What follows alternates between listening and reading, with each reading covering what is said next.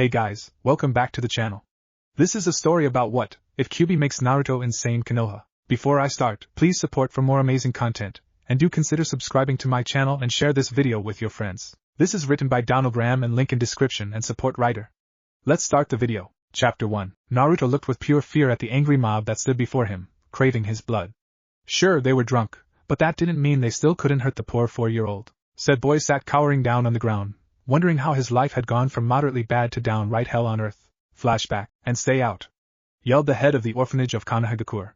Naruto just looked up at her with a mixed expression of sadness, confusion, and hurt. Today was the Festival of Heroes, in honor of the Yandame's defeating of the great Bijou, the Kyuubi no Kitsune. It was also the day of Naruto's birthday. It was around 6 o'clock, and all Naruto had asked for was a second helping of the admittedly horrible food. And that was what led the blonde boy to find himself kicked out of his only home. Unbeknownst to him, the old lady had been looking for an excuse to throw out the demon child since he took his first steps. After about 5 minutes of staring at the door, Naruto picked himself up and walked away. He paid no heed to the celebrations, or the by now normal whisperings of demon brat, and other such names. He just wandered the streets, thinking of his predicament.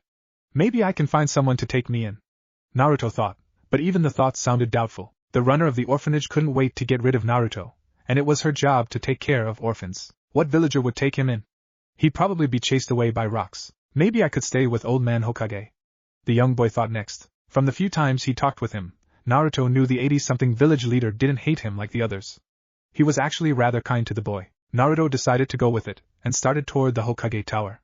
And that was when he was confronted by the mob. Listen, you twice-damned fox, we're tired of you living and reminding us of our losses. So, for the greater good of the village, we're gonna kill you, shouted a man at the front of the crowd. This was granted with cheers from the whole crowd and a pair of cerulean eyes that could have drawn mercy from Orochimaru. What are you talking about? What have I ever done to you? Why do you want me dead? Cried out the boy too scared to cry. You insolent demon! You've done everything to us. We want you dead cause you've already caused so much death. We might as well return the favor, yelled a particularly drunk woman near the back. The sun was going down, and the blood-red corona cast the villagers in a frightening light. Naruto just lay on the ground in terror as the drunk, armed, and bloodthirsty crowd walked toward him. Never had he felt such fear. It was as if the only thing that stopped his body from freezing into the world's coldest ice sculpture from the mind-numbing terror was the flames of fury radiating off the men and women assembled. The ANBU up on the roof watching Naruto just giggled a little. Over his already masked face was a dog mask that did nothing to mess up his gravity-defying silver hair. Hey, it's that kid, Minato-sensei's son. Looks like those villagers are about to kill him. Wait, aren't I supposed to protect him? Said the ANBU as he looked down at the crowd, giving a little hiccup. Wait, it's because of him Minato-sensei died. I should watch. Go angry mob, proclaimed the tipsy ANBU on the rooftop. To those particularly slow, it's Kakashi. The villagers were upon Naruto. With a roar of Die Demon, the group attacked the defenseless and petrified form of Naruto Uzumaki. At first they threw anything they had on hand at the shaking boy, even a pitchfork from a farmer. Then, empty-handed, they proceeded to beat every inch of skin on the malnourished body of the blonde Jinchuriki. They jumped up and down on his hands and feet, kicked his rib cage until even a blind man could see each rib was broken, and punched everything else with a single-minded intensity, even a well-placed kick right in Naruto's manhood. Hey, what's going on here?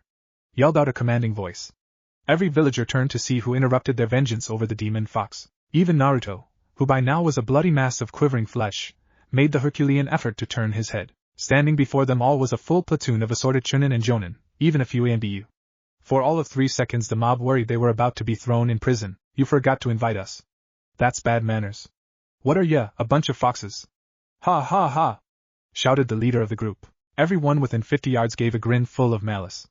Go ahead, they said in almost perfect unison, while Naruto resumed trembling so much you couldn't even see his outline. Phase 2 of beating the shit out of Naruto consisted of him being hit by so many kunai and shuriken that he resembled a training log. Naruto's world was one of endless agony. At least the villagers only hit the exterior. The hundreds of metal implements not only tore skin, but tore muscle and arteries, with the occasional organ. Naruto was literally soaking in his own blood. But the worst was yet to come. Hey, let's see if this fire jutsu of mine is working yet, screamed a Chunin near the back. Jumping into the air, he quickly made some hand seals and then yelled out fire style, Dragon Flame Jutsu. He then blew out a stream of white-hot flames that took the form of a dragon at Naruto. It was a whole new level of pain. The parts of his body that weren't being charred to a crisp were being melted through where the kunai and shuriken were implanted. He couldn't even scream. The bystanders watched on with a ghoulish pleasure. Finally, their demon was off their hands. They had started to congratulate each other before a voice pierced through the air. What in 7 layers of hell is going on here? What are you doing to Naruto? Screamed the Sandaime Hokage. Every head turned to see a very angry Hokage with a squad of ANBU behind him. If the villagers had been sober they would have started being afraid, but as it was they only greeted him in the worst possible way. We killed the demon curse of Konoha, that's what's going on here, Hokage-sama. Are you going to give us an award? Asked the leader of the group. He had an actual smile on his face, as if he was proud of what he'd done. Big mistake. In the blink of an eye, the Sandaime rushed forward and decapitated the man. That got everyone's attention. That's your reward? How could you do this to an innocent boy? I half wish Orochimaru was still in the village so I could have him torture each and every one of you, but I guess I'll have to settle for each of you seeing a Biki and ankle before I have you executed before the whole village, yelled the aging Hokage at the top of his lungs. Everyone was shaking in their sandals. They had all heard about the torture experts of Konohagakure, but he was just an ugly demon, protested a random villager. His head joined the leaders. How could you? He's not a demon.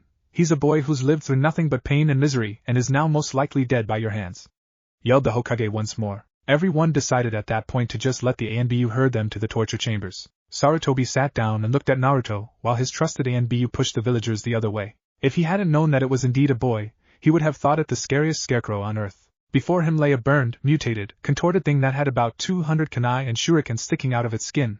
Naruto, how could they do this to you? The old man thought in despair. 100 feet below the ground, the mob was being led to the torture chambers of Konohagakure. One woman had the nerve to complain. We did a friggin' community service, why are we being punished? Yelled an elder woman.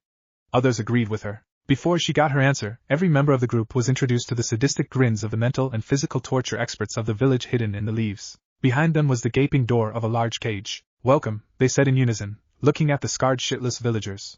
To hell, they proclaimed. No one heard their screams. Naruto was confused. 1 minute he was burning like a Yule log, and then he found himself in this dark place. If he had to guess, he would have said it was a sewer. The water came up to his knees. After a while he started moving. He wasn't sure, but he could have sworn someone or something was whispering directions to him. Finally, he came into an enormous room with a gargantuan cage. I mean really, it was huge. But the first thing Naruto noticed was what was behind the cage. There, behind the cage, was the infamous Kyuubi no Kitsune. About time you got here, yelled the aforementioned demon. Now get over here so we can discuss saving your life, he continued to say, while all Naruto could do was stare shocked at the fox. You're supposed to be dead.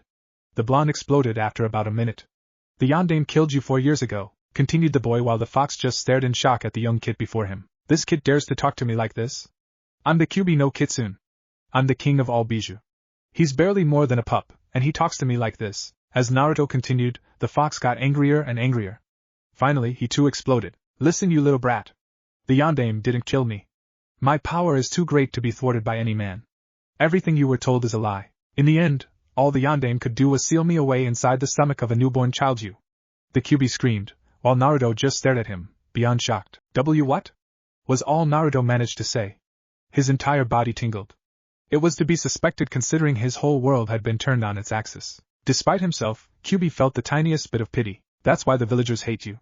They think you are me, not my jailer. Human psychology isn't my strong point, but I think they needed something to vent their loss on and you fit the bill. Sorry. The 100-foot giant confessed, wondering why he was actually apologizing, to this kid whom he technically just met. Thanks. Was all Naruto managed. After a brief moment of silence, the Kyuubi spoke. And I mean brief. Anyway, the reason you're here is because you are on death's door. Your body is uninhabitable. Even if you lived, you'd never move an inch, which is why I'm giving you a choice, said the Kyuubi, his natural cunning coming back. The kid would accept, no doubt. What kind of choice? Asked the interested Naruto. Once he got used to the situation, he realized that the Kyuubi was very good company. He might have claws, fangs, and fur, but he acted more humane than any other person he met. The choice is this, we fuse together. I would get more freedom, meaning I could just talk to you instead of calling you here. You would also receive my millennia of knowledge. You, on the other hand, would get a lesser version of my body, with all its considerable advantages. It's that or die, and if you die, I die. And I refuse to die at the moment, so this really isn't a choice. I just said that so you wouldn't feel forced, said the Kyuubi. To say Naruto was shocked would be the understatement of the millennium. Not only had he been given an extraordinary offer, but the Lord of all Bijou was being nice to him. Your body? He asked in wonder. That's right. The Kyuubi replied, thinking the kid would go for it. He thought of finally feeling something other than this cage and the stinky water. He thought of feeling the wind in his fur, the sun on his. Are you nuts? The villagers think of me as a demon already. How do you think they'll react when they see me looking exactly like you? screamed Naruto, shocking the Kyuubi out of his fantasies, and just plain shocking him. This outburst was followed by some profanity surprising to hear from a 4-year-old boy. It's that or die. The fox repeated.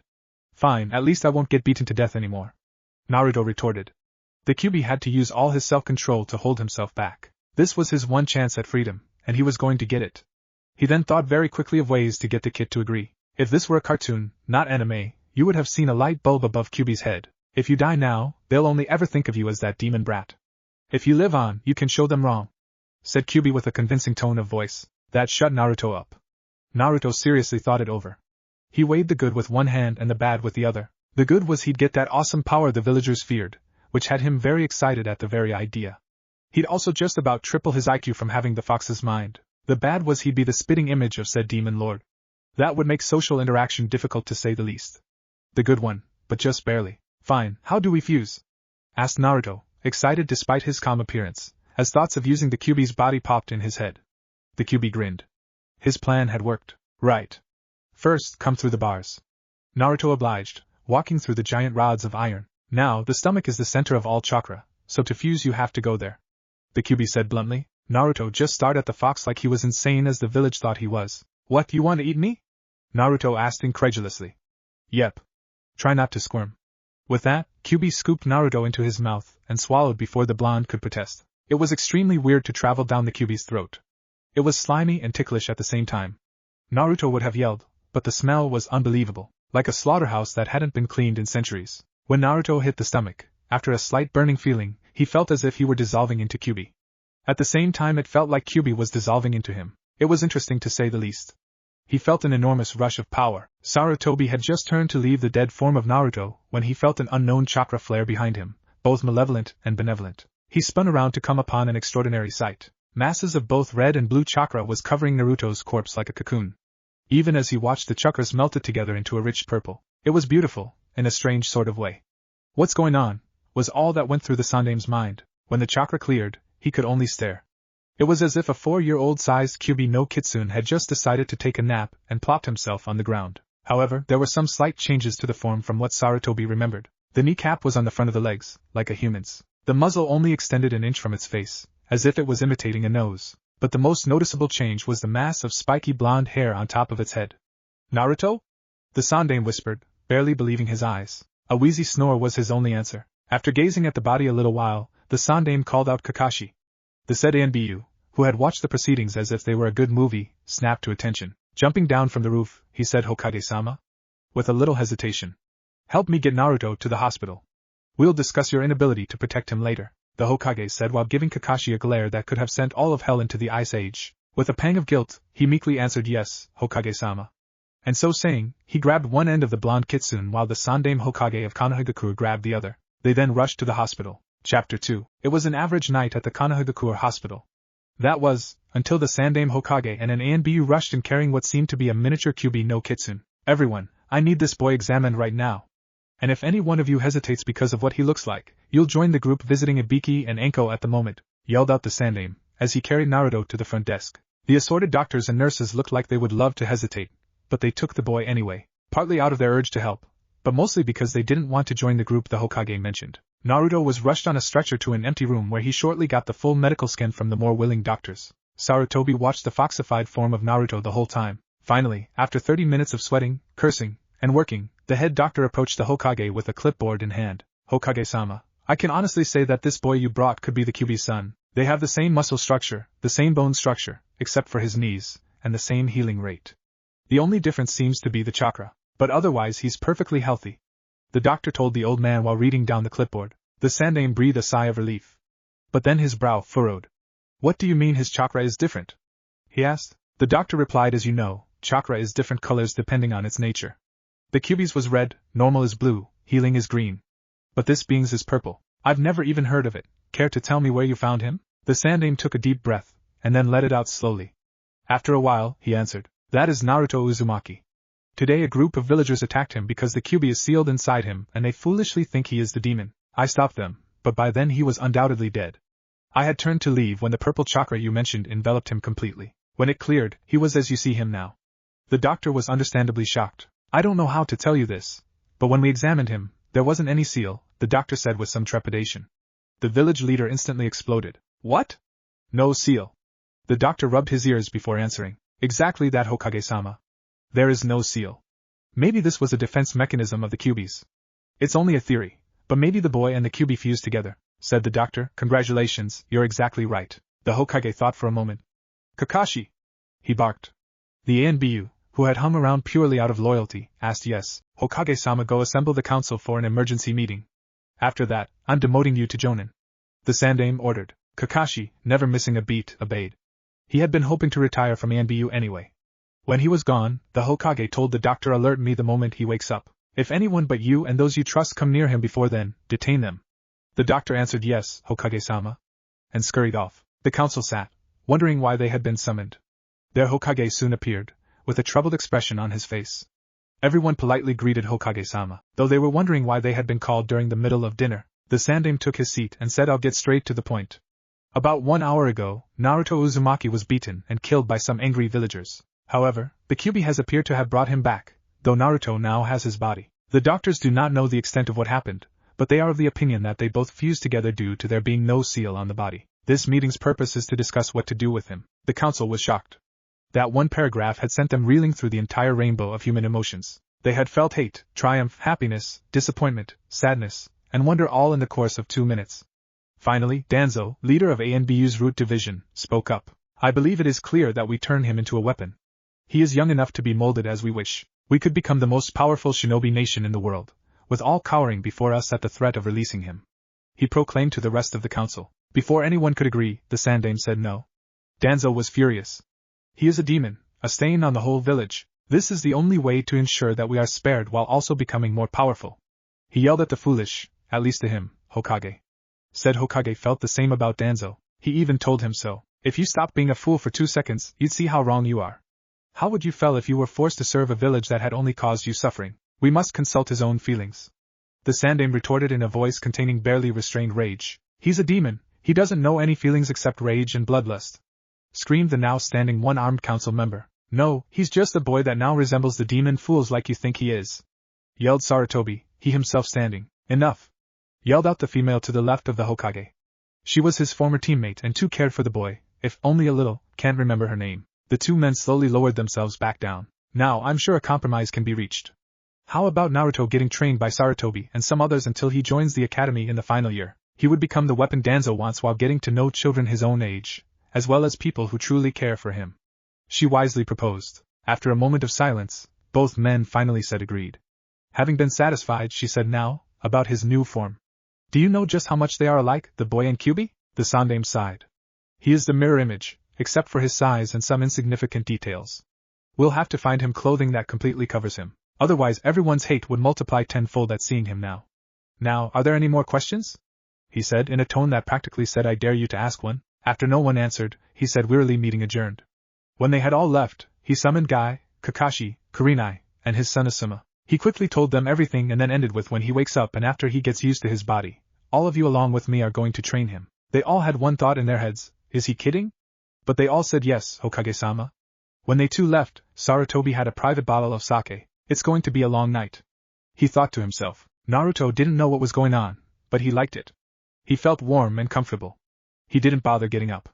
However, he did feel a little strange. His nails felt very long, his ears felt floppy, and when he felt his nose, he felt whiskers. He shot up like a rocket. The events of the previous day came flooding back to him.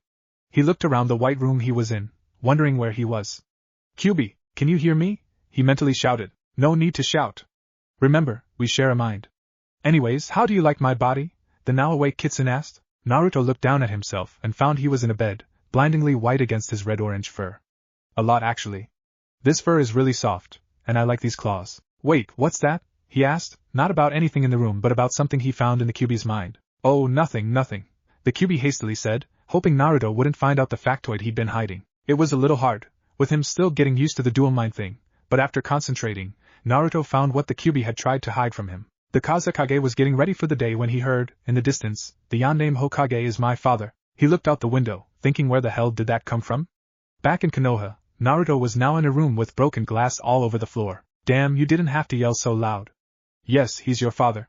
The Kyuubi said in an annoyed tone, borrowing Naruto's voice box to get the attention of the now furious blonde. Wait, did you just speak? The now confused blonde. Of course, Kit. If we share a brain, that means we share our body. Now let me explain your parentage, the Lord of all Bijou replied. Your father was Minato Namikaze, aka the Yondaime Hokage of Konohagakure. Your mother was Kushina Uzumaki of the village hidden in the whirlpool. Your mother died when I attacked the village. The reason that damned blonde used you to contain me was because he couldn't bring himself to curse any other child, as well as the fact that he couldn't seal me inside himself. He hoped you would be seen as a hero. If those fool villagers had any sense, they'd see that if you were the demon they think you are, none of them would live after insulting you. Now that your family tree has been revealed, pay attention. The Hokage is here. The Kyuubi lectured to the enraptured blonde. Naruto snapped back into reality to see that the old man Hokage really was in front of him. He seemed like he had a lot on his mind. Ah, Naruto. I see you're awake. How are you? Said Sarutobi, though it was obvious he was nervous. Naruto felt a little hurt that the kind Hokage was afraid of him, or so he thought. There are some things I must tell you. I don't know where to begin. Naruto gave a literally foxy grin.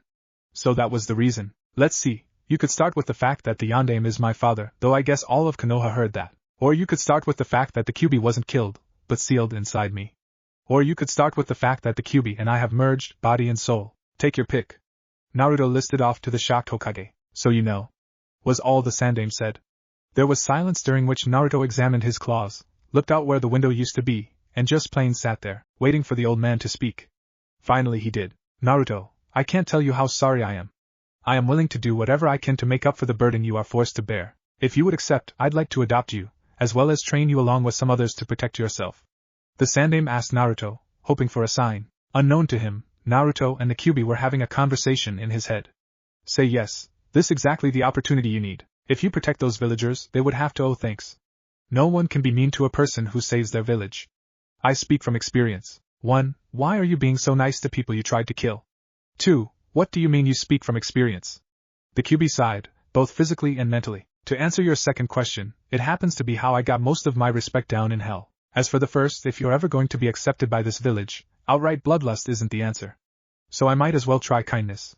Seriously though, say yes. Naruto took a moment to process the information with his new mind, and then spoke aloud. I accept, under the terms that none of the villagers that attacked me get punished. If I'm going to protect this village, I can't very well do it with everyone hating me more for being the cause of the death of about a quarter of the village. I'd be worse than the demon they think I am. The blonde boy said with a maturity of someone 10 times his age. Sarutobi was taken aback, but said yes, of course Naruto-kun. Naruto was taken aback by the suffix, but proceeded to the other thing at hand. Now about my training, I need some seals placed on me to suppress my chakra. This threw the Sandaime for a loop. Why? Was all he managed. Naruto gave an amused smile. This time he let the Kyuubi reply. Because, old man, I was the size of a mountain and I was slightly insane from the size of my power. How do you think a kid who's 1,000th my size will handle it? Naruto was privately laughing over the floor in his mind at the expression on his soon-to-be father's face. After finally recovering from being addressed by the demon lord directly, he said, point taken, and warn me next time you do that. This ticker can't handle those kinds of surprises. Naruto smiled and said, good, now can you please leave? I want to rest and get used to this new body. Kyuubi wants me to work on amplifying my senses. With a final sure, the Sandaime Hokage of Konohagakure left, looking like he had won every lottery in the world at once and was trying to grasp the information. Down in the cage, every villager just sat there, waiting for their deaths. Both their minds and bodies had been strained to the limit, so when they saw the Hokage approaching, they barely reacted. Is it time for us to die yet? The woman from earlier said, with a sick amusement written across her face. But she along with everyone else was surprised by the man's statement. You're free to go. There was a moment of silence before someone said, you realized what we did was a good thing, didn't you? You know, killing the demon? Sarutobi glared at him before opening the doors. No, I'm letting you go because not only is Naruto fine, but he insisted that you not be punished for your actions. This caused some confusion. Why? A young man asked. Sarutobi looked at him. His exact words were, if I'm going to protect this village, I can't very well do it with everyone hating me more for being the cause of the death of about a quarter of the village. I'd be worse than the demon they think I am. That is why. Was all Sarutobi said. As the villagers made their way to the surface, all the villagers had one thought on their minds, maybe we should give him a chance. Naruto's training was interesting, to say the least. Naruto discovered that the Kyuubi had been sending only the bare minimum of chakra to his 5 senses so Naruto would feel normal. After the old man Hokage left, Kyuubi stopped restricting the flow of chakra. Naruto almost had a seizure. He could smell the peroxide, trees, and any other thing within a mile radius. He could see the individual pine needles and flecks of paint on the wall. He could hear even further than his smell range, letting him in on the conversations and sounds of nature in the entire southern half of the village. He could taste what he smelled in the air, and he even felt the disturbances in the air. Kyuubi quickly reined in the chakra. He then slowly let the normal amount back to his senses.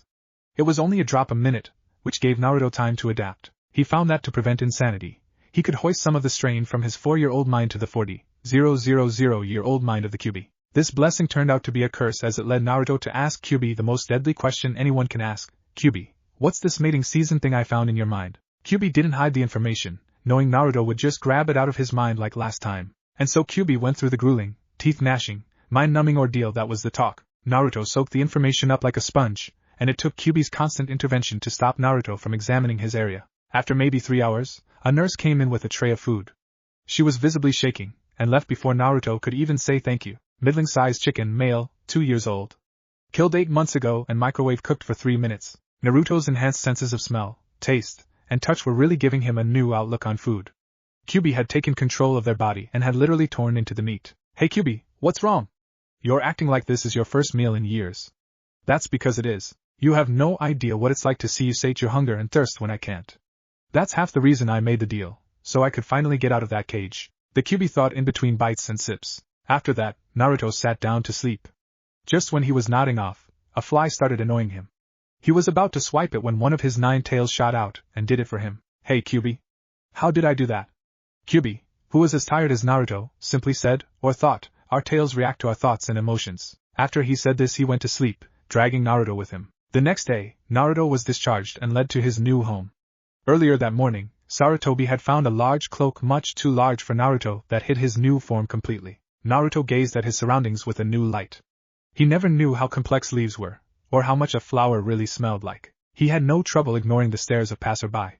It was an odd sight, the Hokage of the village being trailed by a tiny figure in an enormous black cloak that was constantly moving his head. When they got to the Hokage tower, Naruto was greeted by 4 jonin in the old man's office. The one on the far left, who was wearing green spandex under his jonin vest, who also had the biggest eyebrows Naruto had ever seen, came forward and said, "Hello, I'm Mato Guy. I'll be training you in taijutsu." The man to Guy's left, who had gravity-defying silver hair and a mask and headband that hid all of his face except his right eye, came forward next. "I'm Kakashi Hatake, and I'll be training you in ninjutsu." The woman next in line, who had red eyes and a strange kimono, walked up and said, "Hi, I'm Kurina Yuhi, and I'll be training you in genjutsu." The last man in line, who had a beard, a cigarette in his mouth, and 2 trench knives at his hip, came forward and said, "I'm Asuma Sarutobi, and I'll be training you in weapons and elemental affinities that aid them." Finally, Sarutobi came in front of Naruto and said, "Hello, I'm Sarutobi, Sandaime Hokage of Konohagakure, and I'll be teaching you academics." He said this with a big grin on his face. Naruto just stared at all of them before bowing and saying, "Hello Guy-sensei, Kakashi-sensei, Kurinai-sensei, Asuma-sensei, and Sarutobi-sensei. I'm Naruto Uzumaki no Kitsune. I'm honored to meet you." They were all taken aback by the boy's politeness, but bowed in turn, and left. Sarutobi then showed Naruto his new room before taking him to an empty chamber where he put the seal Naruto requested on Naruto. The seal kept 9/10 of Naruto's chakra in check, though it could be loosened to let more power through. He then treated Naruto to dinner. For the next 8 years, Naruto had a steady routine. Every day he would wake up at 6 o'clock and eat a nutrition bar before heading to the training grounds. He would meet Guy, who would make Naruto do 100 push-ups, 100 sit-ups, 100 pull-ups, and 50 laps around Konoha while wearing weights. He then started training. For 3 hours after, Naruto would learn the various styles of taijutsu, starting with the iron fist that was Guy's favorite. Then for the next 3 hours, he would learn the hundreds of ninjutsu that Kakashi had copied with his Sharingan. Naruto's new chakra was so unstable that the first month was purely chakra control exercises. Afterwards, he would eat the banko Kurinai brought him, and then learn the various properties and dispelling of genjutsu for 3 more hours. At that point he trained with Asuma with every weapon from shuriken to broadswords to staffs. He also taught him how to channel elemental chakra into his weapons to make them more powerful. It was here that Naruto learned he had an affinity for wind. Finally, his adoptive father would treat him to dinner, and then teach Naruto history and philosophy until when Naruto went to sleep at 10 o'clock. By the age of 6, Naruto was wearing 150 pounds in weights, knew about 250 ninjutsu, could use and dispel genjutsu that was around chunin level, use 50 of the world's weapons with adequate accuracy, and recite the founding of each ninja village from memory. By the age of 8, Naruto could hold his own against Guy and had asked the man to help him making his own style, knew 500 ninjutsu as well as some demonic ones Kyuubi had. Get out of some of Kurinai's most powerful genjutsu while being able to get her sometimes, used 75 of a ninja's weapons with very good accuracy, and could get into very advanced arguments with Sarutobi on nearly every subject. By the age of 10, Naruto was wearing as many weights as Guy and occasionally beat him with his original Kitsune fist style, knew as many jutsus as Kakashi, could ensnare Kurenai without her noticing, use any weapon you cared to name with pinpoint accuracy, and solve philosophical enigmas that Sarutobi couldn't make head or tail of. By the time Naruto was about to enter the academy, he could beat all 5 of them at once in a spar, though he had to remove his weights and loosen the seal to do so. All of his teachers were proud beyond measure. They were eager to see how he would excel at the academy. Naruto woke up at 6 o'clock, as he had for the last 8 years. He got out of his bed in the Hokage Tower, stretched a little, and then looked in the mirror. While he was doing this, he contemplated how much he had changed from a helpless 4-year-old to what he was today. Well, you have red-orange fur all over your body, claws instead of finger or toenails, a muzzle, fox ears, purple eyes with slits, all the power, and then some of the most feared demon in history, enough ninjutsu and genjutsu to make most Kage envious, a flawless taijutsu style, a total mastery of all weapons manufactured for ninja, and most important, said Demon as one of your close personal friends. The only way you and that pup are alike now is the fact you walk on 2 legs and that blonde mess of yours, answered the most feared demon in history. Naruto grinned. Hey Kyuubi, are you excited about our first day at the academy? Not really. You'll be so far ahead of the kids there that you might as well compare a shark's mouth to a newborn's. Imagery aside, I know what you mean. Still, I'll get to know people my own age. No offense, but having no one to talk to other than a bunch of old people for 8 years isn't quite to my tastes. With that, Naruto put his cloak that hid every inch of skin on, and went downstairs. There he found his adoptive father and brother having a fight. Or more, his brother fighting and his father ignoring him. I'm gonna be Hokage anyway, so you might as well just give me that hat now. Konohamaru yelled at the Sandaime Hokage of Konohagakure aka Grandpa, or Old Man. Naruto groaned. Konohamaru-kun, it's too early. Couldn't you wait until I actually eat something? He said while silently thanking the boy for starting his day with a bam. Naruto-nichan, help me wrestle that hat away from him. He yelled, and so saying lunged at the old man. Sarutobi dodged without even looking up. As his grandson sat nursing his head, he looked up and said, Ah, Naruto-kun. Off to the academy I see. Try not to show off. Naruto gave his trademark grin. If you could see his face, you'd see that he was showing all of his teeth/fangs. But you couldn't, so you just got the feeling he was smiling. Can do. And with that he was off. It was the first day of the graduating year at the Ninja Academy. Iruka looked at his students, hoping they would all become great ninja, though he was a bit doubtful about Sasuke's fangirls. They were so obsessed that they easily became distracted. About the only one that got decent grades was Sakura. At that moment he cleared his throat to get everyone's attention. When all of their eyes were on him, or at least as close as they could be to being on him, while still being on Sasuke, he addressed the class. Welcome back to the academy. I hope you studied over the summer. Today we have a new student joining us. It was at that moment that Naruto appeared in the doorway. Iruka noticed him. Ah, speak of the devil and he shall appear. Please introduce yourself to the class. Naruto bristled at the devil comment. Though he had met Iruka a few times and it was probably a joke, he still got annoyed. He walked up to the center of the floor and looked at his classmates. There seemed to be a boy that had all the females' undivided attention. But judging by the look on his face, he didn't want it. Naruto guessed this was Sasuke Uchiha, the guy everyone in the village treated like a prince. Kyuubi looked him over, thinking of how his bloodline limit came to be. While Kyuubi was reminiscing, Iruka asked, how about you tell us about yourself? Your name, likes, dislikes, hobbies, that sort of thing. Naruto nodded and then talked to the class. My name is Naruto Uzumaki, but everyone I know calls me Naruto no Kitsune, for my taijutsu style and attitude. And appearance. Naruto would have continued, but a boy with a dog on his head spoke out. What kind of a name is Naruto? Isn't that something you put on ramen? The boy broke out in laughter. Naruto took the connection to his favorite food as a compliment, but he decided to have a little fun with the boy. You have 5 seconds to apologize, or I'll neuter you, burn removed object, and slip it into your lunch. The room was the epitome of silence, while the male half of the population instantly covered their pride. The boy was as pale as a ghost. He managed to stutter out, why you're BBL bluffing. Everyone in the room got the feeling of an evil grin coming from this cloaked boy. Are you sure? Are you willing to risk the chance of ever having children? The question hung in the air like a threat. The dog lover, if possible, went even paler. He finally said, sorry, Naruto-dano? It was like a switch was flipped. Suddenly Naruto was all sunshine. Wonderful. Back to where I left off. I like training, shogi, and very meaty ramen. I dislike prejudice and my proverbial uncle's obsession with the power of youth. I also dislike people who ask dumb questions. My hobbies are training, napping, and eating. A pink-haired girl got up the courage and raised her hand. Naruto looked at her. She had a large forehead, bright green eyes, and pale skin. Naruto guessed that she was a Haruno. Excuse me if this is one of those dumb questions, but why are you wearing that cloak? The rest of the class nodded, wondering what kind of a threat she was going to get. Naruto allowed a moment's silence to build the suspense. The reason I wear this cloak, he said in a calm tone. Everyone was leaning forward, even Sasuke, wondering what this new kid's face was. Is none of your business. Everyone face faulted. Iruka cleared his throat. Naruto, why don't you just sit by Kiba and Akamaru over there?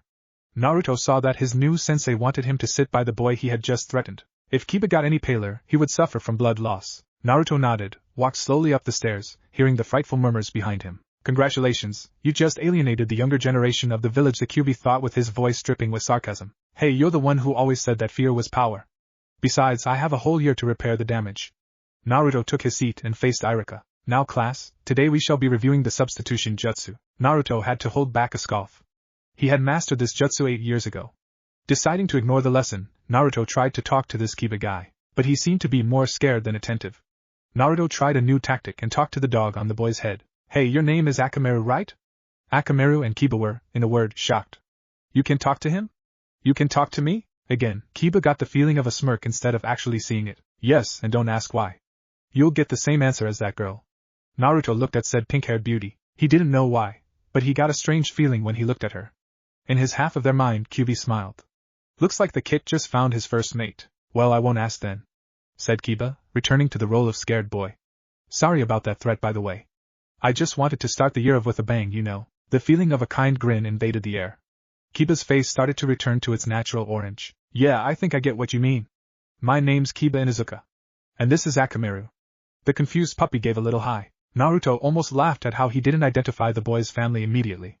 The Inuzukas were notorious for their canine counterparts. The newfound friends would have continued their conversation had not an eraser been thrown in their direction. Instead of catching it, which would attract attention, Naruto merely dodged the projectile. Kiba did not, however, have such reflexes. The fur on his hood gained a new color. Stop talking and pay attention, yelled a disgruntled Iruka. Both boys and the dog gave a sorry. Iruka returned to the chalkboard. Naruto spent the rest of the time before lunch making sure his cloak completely concealed him, ignoring the class, and staring at the pink-haired girl. When the lunch bell rang, Naruto walked to a tree outside, sat down, and ate the banko his sister Kurenai had packed for him. Naruto, as always, took stock of his surroundings. Sasuke was trying to avoid most of the female population. Kiba was coming to talk to him, and the pink-haired girl was talking to a platinum blonde girl. Hey, can I sit here? Of course, Kiba-kun. Kiba sat down next to Naruto in the shade of the tree and gave Akamaru his lunch. Naruto used a trick he picked up from Kakashi. He ate so fast that no one saw his form at all. Kiba could only stare at the box that had been full a second ago, and now was empty. Man, even I can't eat that fast. Mind if I sit here? Naruto looked up to see a chubby boy with brown hair and red swirls on his cheeks. Next to him was a boy with a ponytail that resembled a pineapple. Sure, was all Naruto said. Both of them sat down. The boy with the ponytail just sat down and started looking at the clouds. My name is Chuji Akimichi. This is Shikamaru Nara. The boy with red swirls on his cheeks followed up this introduction with the munching of 5 bags of potato chips. How troublesome, was all the pineapple-haired boy said. Naruto gave a nod and turned his attention to the pink-haired girl's conversation. A normal person wouldn't be able to hear it over the hustle and bustle of the courtyard, but to Naruto, it was as if she was standing right next to him. So Sakura, are you going to introduce yourself to this Naruto no Kitsun guy? The blonde girl asked. Are you crazy, Ino Pig? That guy has weird written all over him. Why don't you introduce yourself? The pinkette retorted. Well, billboard brow, why don't we both introduce ourselves together? I'd rather be acquainted to this guy than be on the receiving end of one of his threats. The girl known as Sakura looked scared for a minute, and then nodded. The two started making their way to the new student and his friends. When they came up, they both put on a smile. Hi, we're Sakura started to say. Sakura Haruno and Ino Yamanaka. Pleasant to meet you, Naruto said for the girls. Both of their jaws dropped to the ground. How do you know our names? The rivals said in almost perfect unison. Everyone in the vicinity got the feeling of a smile from the cloaked boy.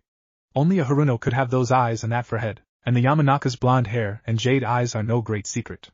Even Akamaru stared. This guy had the deductive reasoning of a ninja, and this was supposed to be the place where you learn to become a ninja. How could he be this good on the first day? Naruto, taking note of their looks, gave a little clarity to the situation. My adoptive father trained me a little ahead of time for the academy. Yeah, since the age of 4 along with Konoha's best of the best.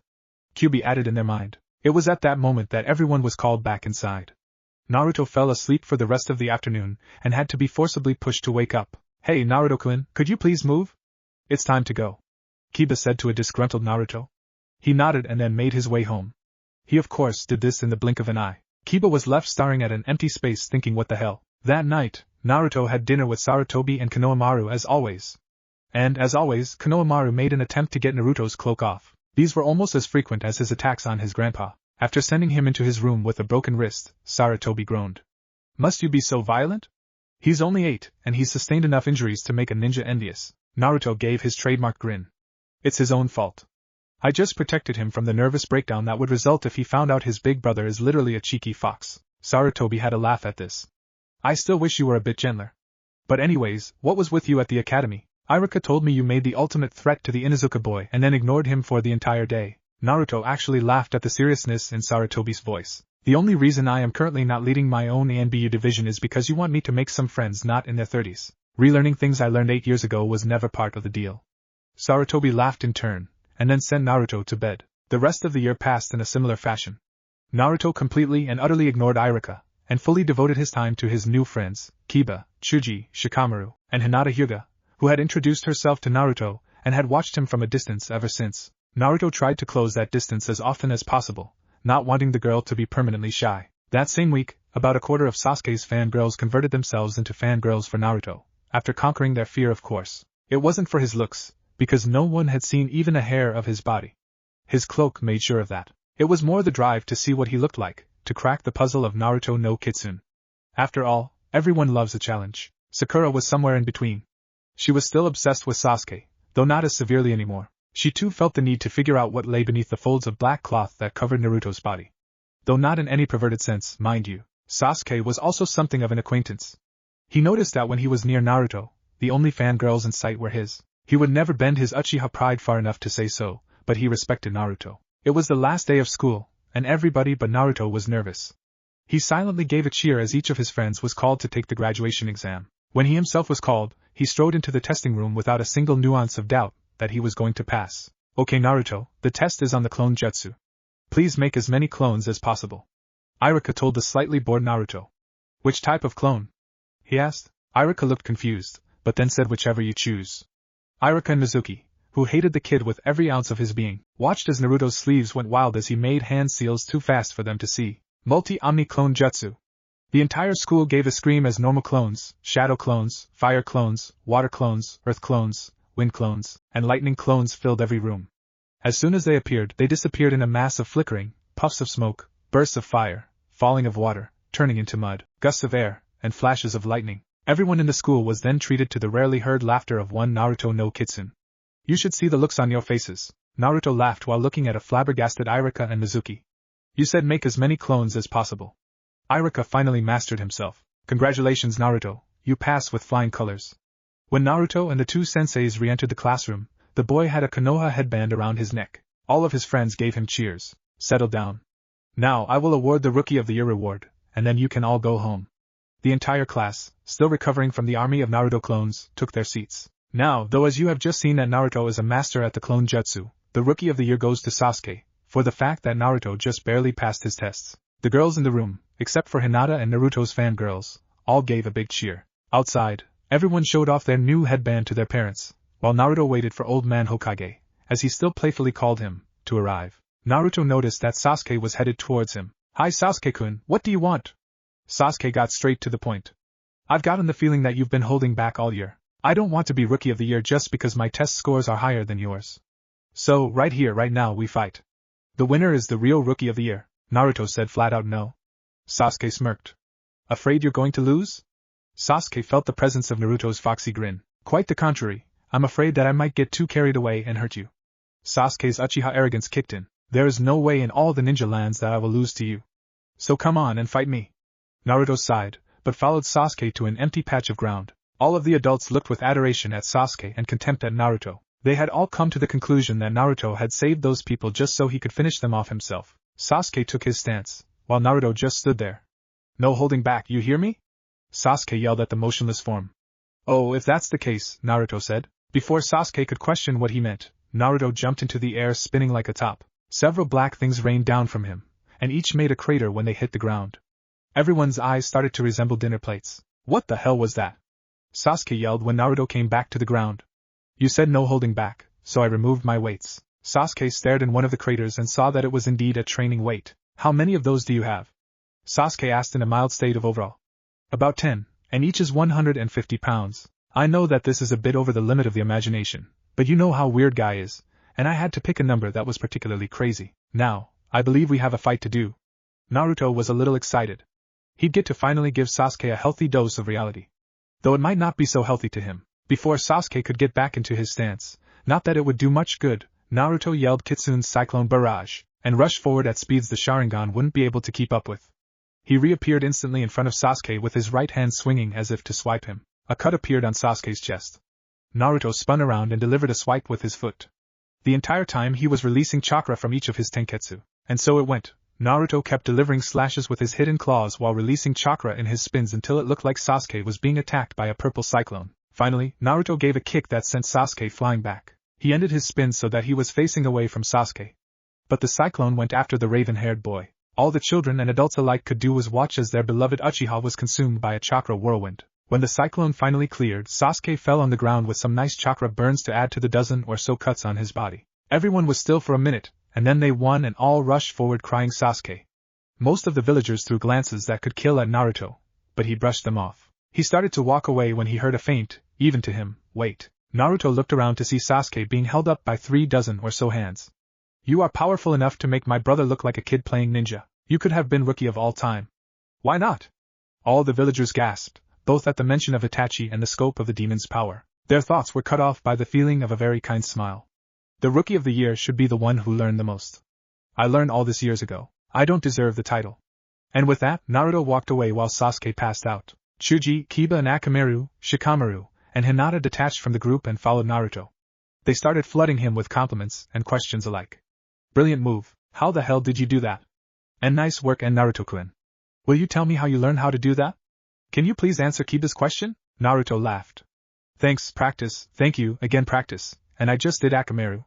The gang followed Naruto as he walked up to the Hokage.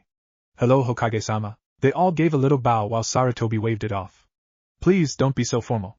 So Naruto, would your friends like to accompany us to Ichiraku's? They were all struck senseless. Kyuubi had to take temporary control to stop Naruto from falling to the ground laughing. Everyone, allow me to introduce you to my adoptive father, Sarutobi, Sandaime Hokage of Konohagakure. Or as I call him, Old Man Hokage. The whole year Naruto had refused to tell them who his surrogate dad was. All of his friends had bugged him about not telling them. Now they knew. Sure. We'd love to, Hinata said, for once not stuttering. The others nodded, and so Naruto set out with his friends and family to have dinner to celebrate him becoming a ninja of the village that he loved. Sasuke sat in his hospital bed. Though none of the cuts were deep, he had been treated as if he was on the brink of death, seeing as nearly every doctor in the hospital had worked on him. However, the raven-haired boy's mind was on other things. Naruto, who is he really? Itachi was the greatest ninja that this village ever saw, and what I told him was true, but he doesn't indulge it. He purposely held back because he believed that he didn't deserve the title of Rookie of the Year because of his abilities. Sasuke tossed and turned it over in his head until he had done the mental equivalent of covering a training ground with craters. Finally, after the last doctor left with a look at Konoha's last Uchiha, Sasuke reached a conclusion. I will treat him with respect with my dying breath. I know he won't turn like my brother. He will be this village's greatest protector. Hey Kit! Hate to interrupt your beauty sleep, but it's 7:30. Naruto's head, which had been filled of images of Ramen and his friends, snapped up so fast that it was only the combined healing abilities of Naruto and Kyuubi that stopped his neck from snapping. The hell, Fox? Why didn't you wake me up? Kyuubi physically chuckled. Well, considering you can get there in the course of a millisecond, I felt I didn't need to. Naruto calmed down. In the time it takes me to put on my cloak, can you answer me a question Sarutobi can't? Shoot, Kyuubi thought while Naruto rose from his comfortable bed. Why can't I do a henge for more than 1 minute? I feel dishonest hiding my form from my friends. The last was thought with a fro in the fur above Naruto's eyes. Kyuubi gave a mental sigh. Our chakra, that's why. A henge is a delicate thing, and our chakra is too chaotic to sustain it for more than a minute or so. Still, what's holding you back from showing our form to your friends? If you trust them that much, you should trust they won't overreact and run away screaming. Naruto gave a sigh of his own. He spoke aloud because his half of the mind was so troubled. I do. I just don't want to take the risk. And with that he traveled to the academy courtyard in the time it took most people to blink. Naruto was convinced that the Yandaime's famous Hiraishin Jutsu was leaked to the school. Almost the instant he stepped foot on the courtyard, all the students and sensei was on him. Where did you learn that move? A random boy asked. How could you do that to Sasuke-kun? A distraught girl screamed. Will you be my boyfriend? The girl next to her asked. What was that style? Will you be my boyfriend? You almost killed Sasuke-kun. You wretched fox, I'm gonna kill you. The last one got everyone's attention. Mizuki was in the air, with a giant shuriken in his hand. No sooner had that fact registered than Mizuki had thrown it at Naruto. The boy in imminent danger gave a bored yawn. Which counter should I use? It's your turn to choose. I'd go with that variation of that Hyuga move. Sure. Naruto looked at the giant spinning piece of metal with amusement in his eyes, if anyone could have seen them. Kitsune fist style, claw rotation. Naruto started to spin like a top in front of an enraptured audience. A sphere of purple chakra appeared around Naruto, just like the Hyuga's 8 trigrams palm rotation. However, when the shuriken came near, it wasn't deflected as they expected. It was caught. The form that looked like a chakra outline of Naruto stepped out of the dome and caught the shuriken. It then went back into the dome, carrying the shuriken with it. A black shape was found in the sphere among the purple now. Then a fox claw, about the size of a house, emerged from the dome, still carrying the shuriken. Mizuki could only watch in fear as his own shuriken was thrown back at him. Just in time, he managed to twist out of the way of the deadly piece of metal, but this left him wide open. The claw, which hadn't stepped back in yet, reached out and grabbed Mizuki, burning the man's skin from the density of the chakra. Mizuki stared at the claw as if it were the hands of Satan, Cerberus, Medusa, and every other mythological beast rolled into one. Naruto couldn't see the look, as he was still rotating at speeds that could make visible light jealous, but if he would have needed surgery to save his lungs from exploding from laughter. After the claw spun with the dome a few times, it let go of a near apoplexy Mizuki. The entire crowd, temporarily silenced, didn't react as Naruto, stopping on a penny, walked towards the building. He took his seat near the back of the class and waited for the group to realize they had to get back in the building. Surprisingly, the first person to enter the room was Sasuke. He gave Naruto a look that would seem normal to any other person, but what Naruto saw as a message as clear as the sky. I respect you and wish to be your friend. Naruto gave the barest twitch of a nod. Sasuke gave his own in turn and he sat down, with some difficulty due to the somewhat hidden bandages, not out of sight. Next came both boys' fangirls, and finally the boys and Iruka-sensei. Everyone looked like they would love to make more noise about Naruto, but they stayed silent, through some supreme effort of self-control. Now, today we shall split you into 3-person teams and assign you your Jonin senseis. Everyone shall meet their sensei after lunch. A few murmurs of confusion ran through the crowd, while Kiba raised his voice, which hurt Naruto's advanced ears. Why do we have to be split into teams? We'd do better off on our own without anyone getting in the way. I second that motion. Akamaru put in, though only Naruto understood. Naruto, deciding that any and all anonymity was lost, answered the question himself. One unimportant reason is that Konoha doesn't have enough Jonin to fit every graduate with a sensei. But the real reason is that although individual abilities are valued highly, in the shinobi world a team is only as strong as their teamwork. If a team was sent on a mission of vital importance, feuding with each other would only serve to increase the chances of the mission's failure, and their chances of getting killed. This is why we have 3-person teams. Iruka gave applause to this statement, while everyone simply stared. If you were still my student, I would give you a 100 test score and no homework for a week. That is precisely why. Now, if there are no more interruptions, here are the teams. As Iruka listed off the names, Shikamaru whispered across to Naruto, since when have you been this smart? Naruto gave an equally quiet whisper of I always was, just didn't want to show off. Naruto returned his attention past the dreamy stares of his fangirls to Sakura and Hinata, wondering why his romantic attraction to the pinkette, and almost more than friends one to the heiress, was unusually high today. It's mating season for me, so all your feelings for your future mates are acting up. Naruto was about to protest that they were not his future mates when Iruka snapped him out with a slight increase in voice. And Team 7, Sakura Haruno, said Maiden looked up. Sasuke Uchiha, which elected groans from all the girls, even Naruto's fangirls, and a look of outrage from Ino.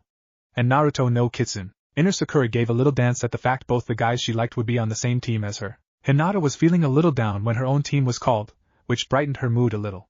Team 8, Hinata Hyuga, Kiba Inuzuka, and Shino Aburame. Both friends took a long look at the introverted bug master. Can't believe it.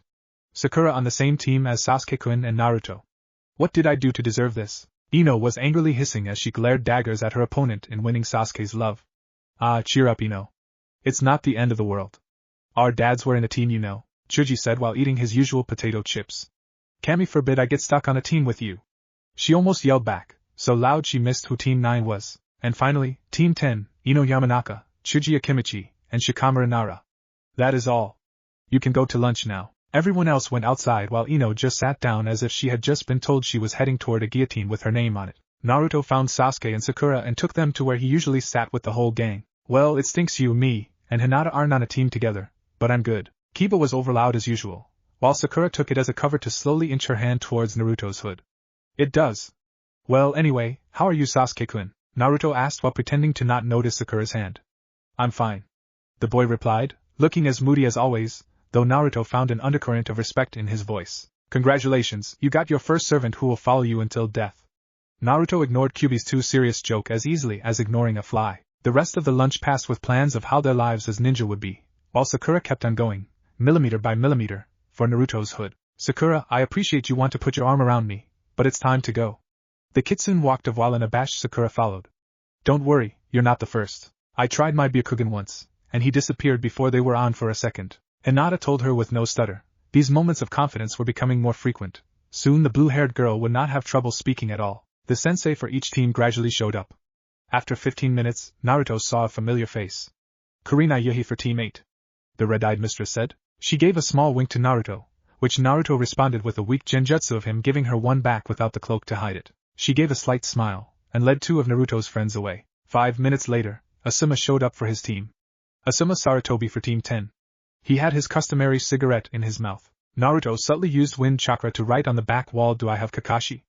Asuma gave a nod which most would assume was to look at his team. They too were led away, making Team 7 the sole occupants of the room, for Irika had left. It continued this way for another 40 minutes. Where is he? Sakura asked, more to break the silence than to answer her question. Both boys gave no answer. Another 90 minutes passed, by which time even Sasuke's stoic expression was just an act. Naruto, used to Kakashi's lack of punctuality, simply had a simple debate with Kyuubi over whether claws or teeth were a better way to kill. Finally, the former Yanbyu stuck his head in the door with a yo. Inner Sakura was exposed for a moment. Where on this forsaken earth were you? We've been waiting 2 hours. Naruto simply snapped to and said, bit early, Kakashi-kun. I didn't expect you for another half hour. This statement was met with twitching eyes and confused expressions from both Sakura and Sasuke. To answer the loud mouth, I was off mourning a friend.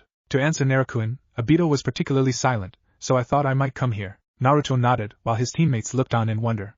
It's like they've known each other for years, was the thought that went through their heads. Meet me on the roof for introductions.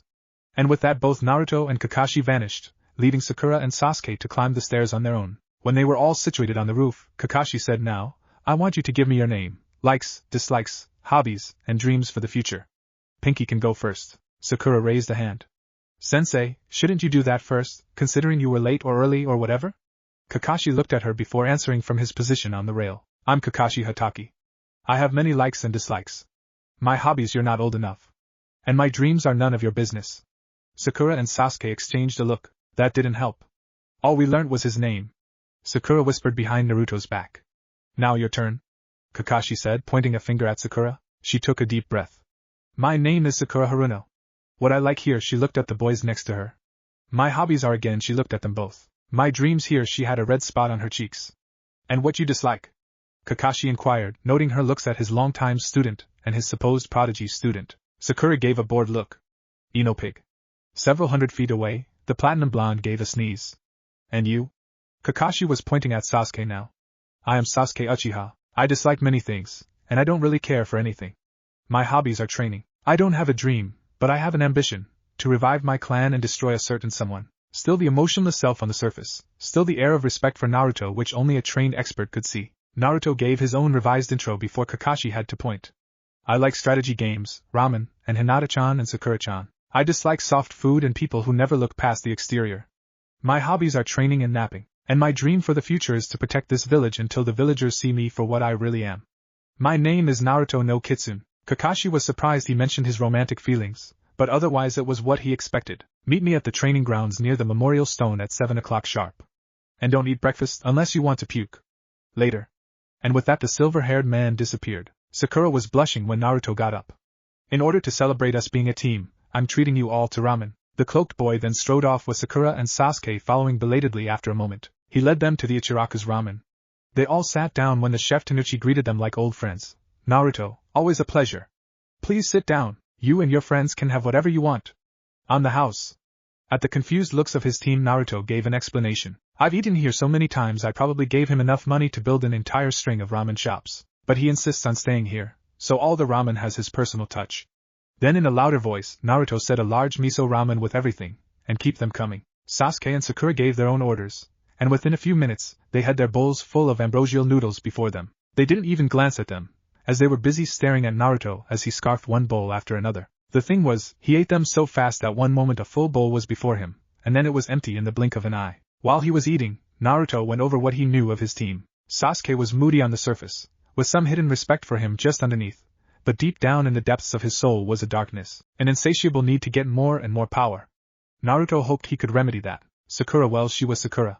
She was smart, beautiful, and had a gentle sort of kindness when she wanted to. Like Sasuke, on the surface she put up an act of what everyone wanted her to be. She obsessed with Sasuke because that's what every other girl did, but deep down she only saw him as a friend. A new customer entered the shop. It was Hinata. Naruto looked at her, feeling the amplified feeling brought on by Kyuubi's mating cycle. Hi Hinata-chan. She looked up, surprised. Oh, hey Naruto-kun. Hello Sakura, Sasuke. She sat down and gave her order. Sakura, realizing she hadn't spoken since entering the shop, tried to start up a conversation. So, Hinata, what's your sensei like? Hinata was about to answer, but Naruto beat her to the punch. Kurenai-chan is a genjutsu master. She is romantically involved with Asumakuen, and is generally a kind person. Sasuke asked the obvious question, how do you know so much about all these jonin? This time Hinata answered. His adoptive father is the Sandaime Hokage. Sasuke and Sakura won the jaw-dropping World Series. You were adopted by the Hokage? Sakura asked, while Sasuke was still reeling. Yep, since I was 4. Sasuke ate his ramen and left without another word. Wonder what's wrong with him? Sakura thought. Hinata drew up a deep breath, but Sakura spoke first. Hey Naruto, can I tell you something? Sure. Hinata asked, may I as well? Naruto looked at the two of them before saying sure again. They both blurted it out at the same time. I have a crush on you. They both simultaneously covered their mouths, and then looked at each other, then finally at Naruto. Said boy was in a state of shock. He then said me, too, for the both of you. And then he vanished. Sarutobi sat at the dinner table conversing with Kakashi when Naruto came in. Hello Naruto, he said. Naruto didn't respond, just walked really slowly to his room. Sarutobi frowned. Kakashi tried his hand at getting the young kitsune to speak. Just to let you know, I'm giving the bell test tomorrow. Still there was silence. At that moment, Konohamaru jumped from behind a door, going for Naruto's hood. He didn't attempt to stop him, thus revealing his fox features to the world. Sarutobi rushed forward and locked his grandson in his room before he hit the ground. Naruto! He yelled at the still unresponsive boy. Only then did he look up. What? He said in an honestly confused tone. Konohamaru pulled back your hood, and you did absolutely nothing. What is wrong? Sarutobi used the tone he used to draw the council to his point of view. Nothing. Just that it's mating season for Kyuubi, and the two girls I love just said they had crushes on me and I said so back. Kakashi and Sarutobi were shocked, providing an opening for Naruto to retreat to his room and lose himself in the calm cage of sleep. However, Kyuubi's subconscious affected the dreams, resulting in some pervert images which Jiraiya would think were inappropriate. Needless to say, Naruto slept with a nosebleed. The next day, the hungry Team 7 waited in the training grounds. Sakura kept glancing at Naruto, Sasuke sat in brooding silence, and Naruto sat on the ground in the lotus position. When Sakura came over, or tried to, she was pushed back by an unseen force. Sakura-chan, I'm trying to meditate. I, and Hinata can discuss it when the test is over. She backed away. After waiting with grumbling stomachs for 3 hours, Kakashi showed up. Yo, he said, rolling Sakura's yell of you're late. Like it was nothing more than a fly. Today, you will go through the real genin exam. The test at the academy was just to see if you had the potential to be ninja. Sasuke's brow furrowed, Sakura looked confused, and Naruto simply stood up. Your goal is to take these bells from me. So saying, he held up 2 silver bells. Sakura raised her hand. Sensei, why are there only 2? The goal is to try to turn us against each other. With the threat of being sent back to the academy, we would try to take him down separately, doomed to fail. A ninja must look underneath the underneath, so if we were worthy of the title ninja, we would see that teamwork is key, and gang up against him. Naruto said this in a matter-of-fact tone. Kakashi sighed. Must you always steal my fun, Naruto-kun? Just because you've known this for years doesn't mean you have to spoil it for everyone else. Kakashi held up the bells. Since the cover has been blown, the point of this exercise is now just to evaluate your skills. Come at me as a team, and then we'll call it a day. Sakura gained a new reason to like Naruto, while Sasuke just was relieved he didn't have to learn the lesson through trial and error. They jumped off into the trees, where Naruto laid out the plan. I'll keep him busy, pushing him back. Sasuke, when he gets close, you jump him. When he tries to evade, Sakura grabs the bells. Break. Naruto rushed out at Kakashi after giving the plan, while Sasuke tried to adapt to the natural leadership of Naruto that he would evidently have to follow. Kitsune Fist style, Claw Hurricane. Naruto followed up the cry with a variation, much more graceful and deadly, of Guy's Leaf Hurricane. Kakashi, knowing Naruto's style left no room to counter, simply avoided the strikes as best he could. Then Sasuke jumped up behind him, surprising Kakashi due to the fact that Naruto had hidden all their chakra signatures. Snake Tiger Monkey Boar Horse Tiger. Fire style, Fireball Jutsu. After the words left his mouth, a giant ball of fire came out next. Kakashi jumped into the air, surprise leaving a hole in his guard. Sakura jumped out of the trees and snagged the bells. When Kakashi landed, he was greeted by the triumphant smiles, or in Naruto's case, the feeling of a triumphant smile. Congratulations. I know Naruto is a master strategist, but I never imagined your plan would work on the first try. We start missions tomorrow. Until then, celebrate your becoming of ninja. With that, the silver-haired shinobi left to visit Obito. Or rather his grave. Follow me. Naruto led Sakura away while Sasuke took the familiar path to the now empty Uchiha district. Sakura followed after Naruto, noting that he took charge the way a judge or leader took charge. She liked that. After a few minutes of slow jogging for Naruto, all out sprinting for Sakura, they came upon the Hyuga mansion. Hinata rushed out to greet them. Let's go somewhere more private. Naruto led the interested females to a clearing in the forest, where he turned to look at them. Now I like both of you very much. Both girls went shades of red not yet discovered by mankind. I don't want to choose between you. It would only serve to hurt one of you. So can you girls share me? The great protector of Konoha actually sounded nervous. Both girls looked surprised, looked at each other, and nodded. I never noticed, but I always thought that bigamy was kind of cool. Sakura looked at her feet when she said this, while Hinata just kept on blushing. Naruto let out a deep breath. Then there's something you should know about me. Making one of the hardest decisions of his life, he lifted his hood. The girls didn't scream bloody murder, but they did look scared and confused beyond comprehension. So Naruto spilled the beans. He told them about the attack on him, Kyuubi, and everything that happened since. Kyuubi pitched in a few times, convincing the girls even more. At the end, Naruto said, now that you know the truth, you can decide whether you want to be with me or not. I perfectly understand if you never want to see me. Are you nuts? Sakura interrupted. You're still Naruto-kun, we just know why you look like. Hinata looked him straight in the slit instead of pupil eyes when she said this. Naruto gave a grateful smile, which didn't show off his fangs too much, and gave them both a hug. Well, I'll see you both later. They said the farewell at exactly the same moment, and bid fair to suggest that it would always be this way when they talked to him. Naruto took off for home, thinking that at least his love life was bound to be interesting. Kakashi sat in the shadows of a tree and pressed the mic on his neck. Everyone in position? Sasuke responded, yes, I'm at point A. Sakura sounded off point B, clear. Naruto put in his own 2 cents with here. And you know I could catch this thing without the cloak and dagger, right? Kakashi ignored the comment, and said commence the capture. All 3 genin jumped out of their respective hiding places, going for the frightening shape in the darkness. Sensing their approach, it started to run. Naruto, however, managed to grab the creature's tail. He brought it into the light, revealing a cat. We've captured Fluffy. The mission is complete. Naruto was clearly not excited for the mission. No. Please, don't take me back to her. Don't take me back to the never-ending suffocation. Don't take me back to Mama. Even though only Naruto understood, the cat's distress was evident to everyone. In its futile attempts to escape, the cat managed to scratch Naruto no Kitsune several times. The greatest ninja Konoha had ever seen was getting more annoyed by the second. It wasn't the cries that annoyed him, nor the cuts, which healed almost instantly. It was the fact that he had been trained non-stop for 8 years in the art of the shinobi, learning how to kill in the space of a second and gather information right under the enemy's nose. And here he was, recovering an escaped cat, albeit a cat that belonged to the fire daimyo's wife.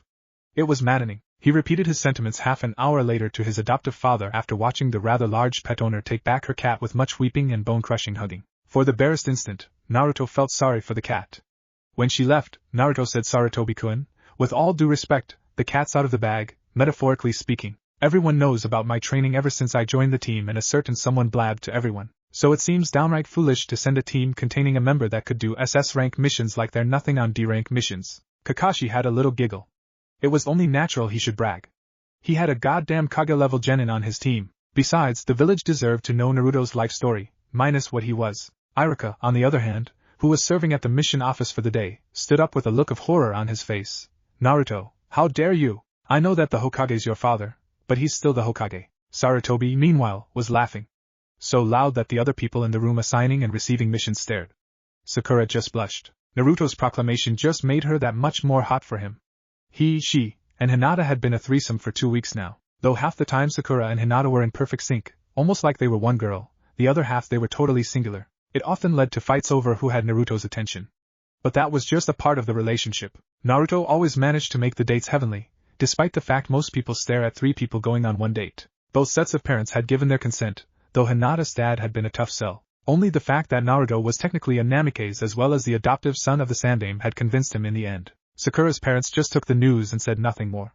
Sakura secretly suspected that they were using her like a probe to find out Naruto's behavior, and she knew exactly why. Naruto always gave her and Hinata a kiss on the cheek at the end of each date, and she always saw the lovely red fur and ticklish whiskers. She had come to find the feeling of fangs on her skin to be a wonderful sensation. Sakura was snapped out of her musings by Sarutobi's laughter coming to an end. I can't deny that. Very well, Naruto, I'll give you a higher mission. But since not all of your squad has been trained from the age of 4 by Konoha's best of the best, it's only a C rank. The aging leader held up a scroll, while Iruka looked him like he had said thank you to someone calling him a two-faced dog. Naruto gave a shrug. I can live with that. In the semi-privacy of his mind, Kyuubi added better than nothing, Kit. This is an escort mission. You will protect a bridge builder on his way back home to the land of waves. Sasuke, who was just as bored as Naruto at D ranks, was suddenly thrilled at the prospect of beating up ninja. Of course, you're only expected to come across some bandits or thieves. At that moment, only Sasuke's respect for Naruto held him back from a retort. But if Naruto could live with it, then so could Sasuke. You can come in now, Sarutobi said in a louder voice. The doors behind them opened and Team 7 came face to face, or hood, with their charge. An aging man with a sun hat, working robes, and the smell of alcohol was the sight they beheld. These are my ninja? They're just runts. That guy in the cloak looks suspicious, the duck but looks like he's a wimp and the girl is a girl. I'm Tazuna, the master bridge builder, and I demand ninja, not kids. The sake in his blood system caused him to slur his words, but the insult was perfectly clear. Naruto had to hold back Sakura while Kakashi held back Sasuke. I advise you not to insult my friends. I might get mad myself. Naruto no Kitsune stared at Tazuna the bridge builder, and he just taunted the half-demon. What are you gonna do about it? You're just a kid. In the blink of an eye, Naruto was behind Tazuna. In the time it took everyone to register that thought, a cut appeared on Tazuna's arm. That's also what I would do to the enemy, only 1,000-fold. Tazuna chose that moment to shut up. The next morning, everyone assembled at the gates out of Konoha. Hinata came to wish them good luck. Don't get hurt out there. You know I won't. Hinata gave him a little kiss on his cheek for luck. She then took off before anyone could say anything else. Okay, let's get going. Kakashi took point while Team 7 brought up the rear with Tazuna in the middle. It was a very sunny day, so everyone didn't bother to break the silence. Tazuna, now sober, looked just a touch worried. What's wrong, Tazuna-san? Sakura asked. Oh, nothing, just wondering how my family's doing. The silence returned. After a while, they came across a puddle. Naruto and Kakashi were instantly alert. To keep up the cover, Naruto said, Hey Sasuke? I have a confession about our fight. Even though I removed my weights, I still held back. Sasuke looked unsurprised. Considering what you did to Mizuki on the spur of the moment, I'm not surprised. By this time they had passed the puddle. Two Kiri ninja, with strange masks and a claw with a chain that connected them, jumped out of the puddle, going for Kakashi. Naruto instantly reacted. He killed the one closest to him with a simple thrust through the heart, and then used his momentum to throw the body in such a way to chain the second ninja with his own chain. This all took the space of 2 seconds. Comprehension was soon to dawn on everyone else. Naruto told the worried Sakura, I'm fine, really. Sasuke and Kakashi went to check on the Oni brothers, for that was what they were. The surviving brother was going crazy both from the death of his brother, and the pain of the spike chain, so the answers they got from their questions. Who were they after you? Sasuke asked Kakashi. No, Kakashi turned and pointed at Tazuna. They were after him. Tazuna's look of guilt proved Kakashi's statement. We were hired to guard you against the normal riffraff. If you expect a ninja to come after you, you should have hired a B-, or even an A-rank mission. You've gone behind Konoha's back.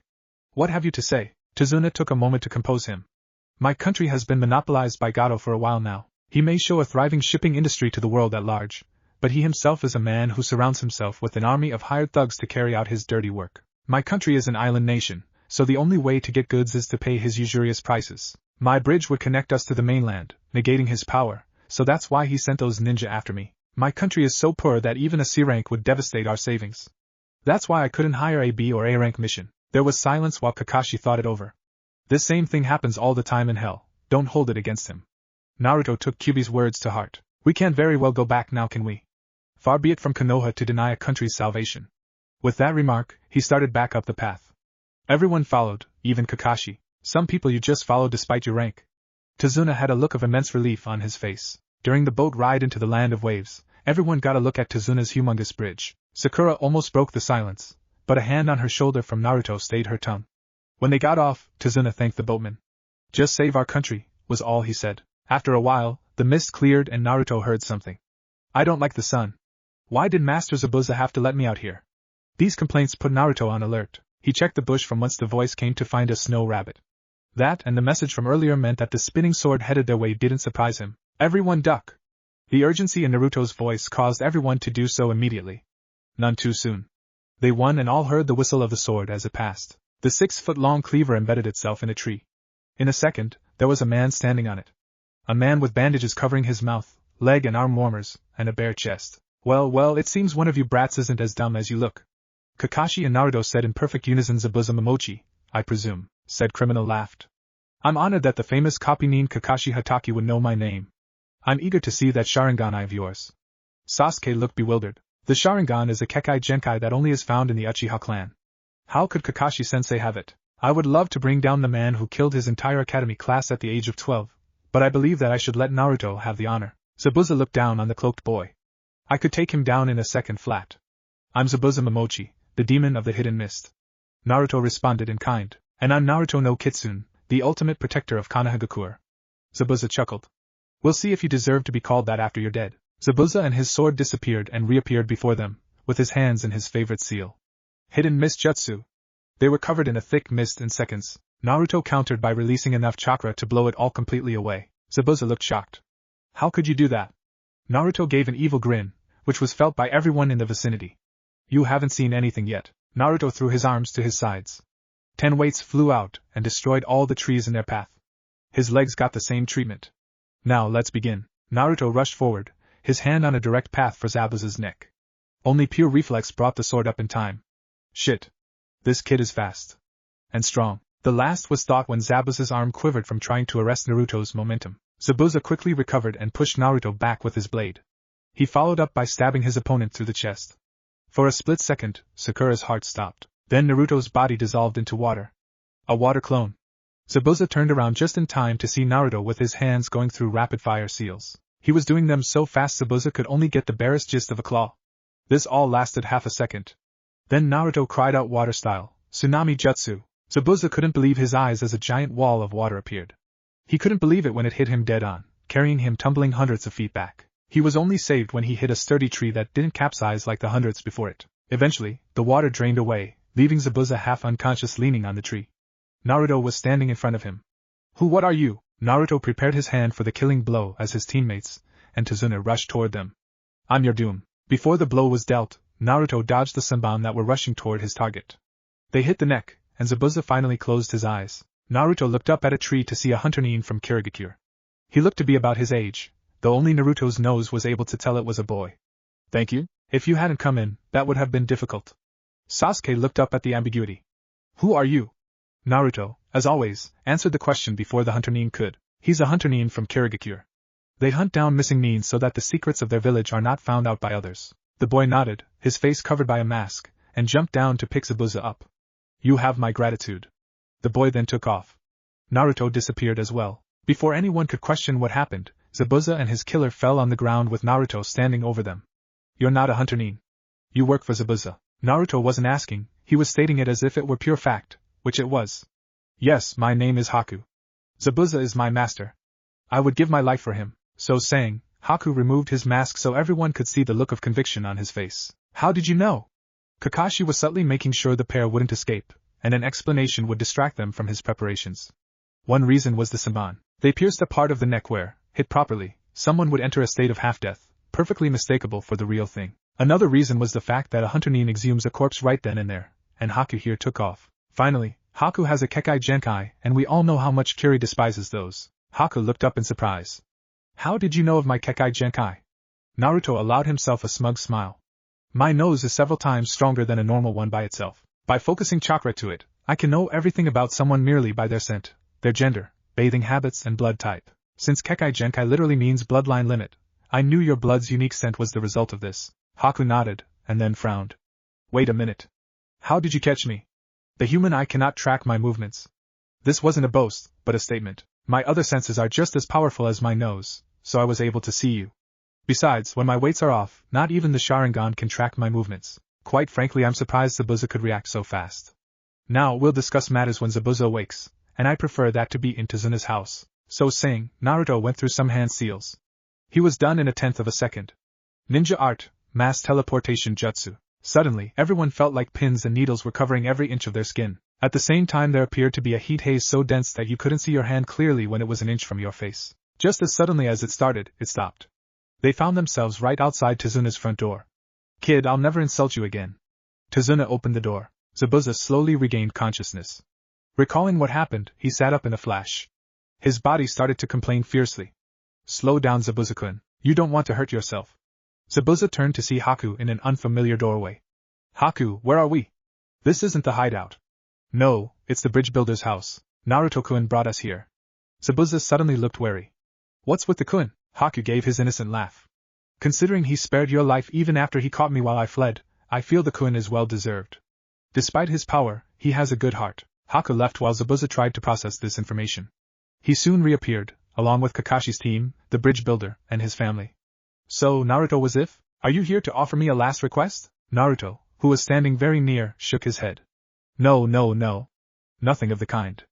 I'm offering you amnesty. Zabuza and Haku were silent as the grave. Finally, Zabuza asked what? I'm offering you the position of Jonin of Konohagakure. All your past wrongs would be pardoned. How can you guarantee this? And how do I know you won't just throw me in prison? Naruto chuckled. Well, since I'm the adoptive son of the current Hokage as well as holding most of the council's respect, I think I can guarantee it. Think about it. No more running, no more fearing for your life. Just you, serving as a ninja in a different village. Zabuza chewed it over for a while the rest of the company remained silent. Seeing his doubt, Naruto added, if you won't do it for yourself, do it for Haku-kun. He thinks of himself as your tool, but do you really want this life for him? He would be given the same treatment as you. This last part seemed to really strike a chord in Zabuza. Truth be told, he did care for Haku. Fine, I'm in. But I should warn you, I might bring some unwanted attention to Konoha. Naruto shrugged, as if the matter was of no concern. As soon as Tazuna finishes the bridge, we're off. That night, Kyuubi took their body out into the woods. When he was sure they were not followed, he spoke. Kit, I've been thinking, if you hadn't made that clone, you would have died. I think it's time you earned some of your inheritance. My inheritance? As you know, I'm head of the Kitsune clan, which, given our merge, makes you the head too. Therefore, you have access to all my treasures.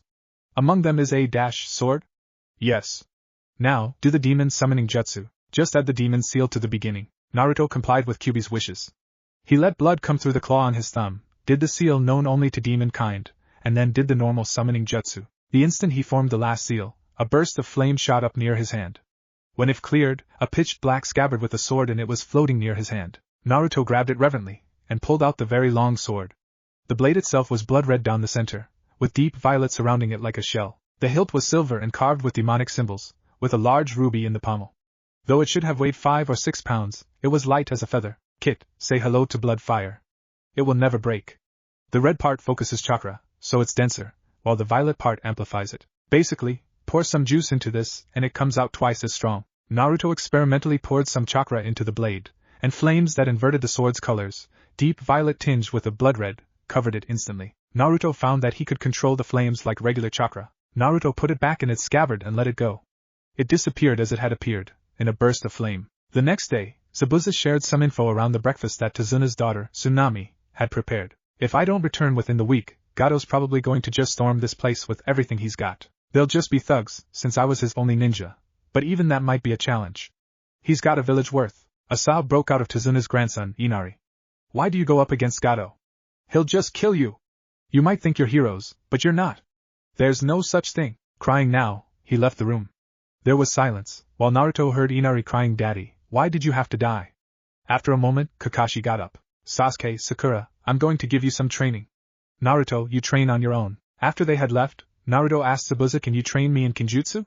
Zabuza looked surprised, but said he would. The healing herbs Haku and Naruto had found had almost doubled his recovery rate, meaning that Zabuza was only slightly breathing hard after carrying his sword to a secluded spot. Zabuza showed much interest in blood fire when Naruto summoned it.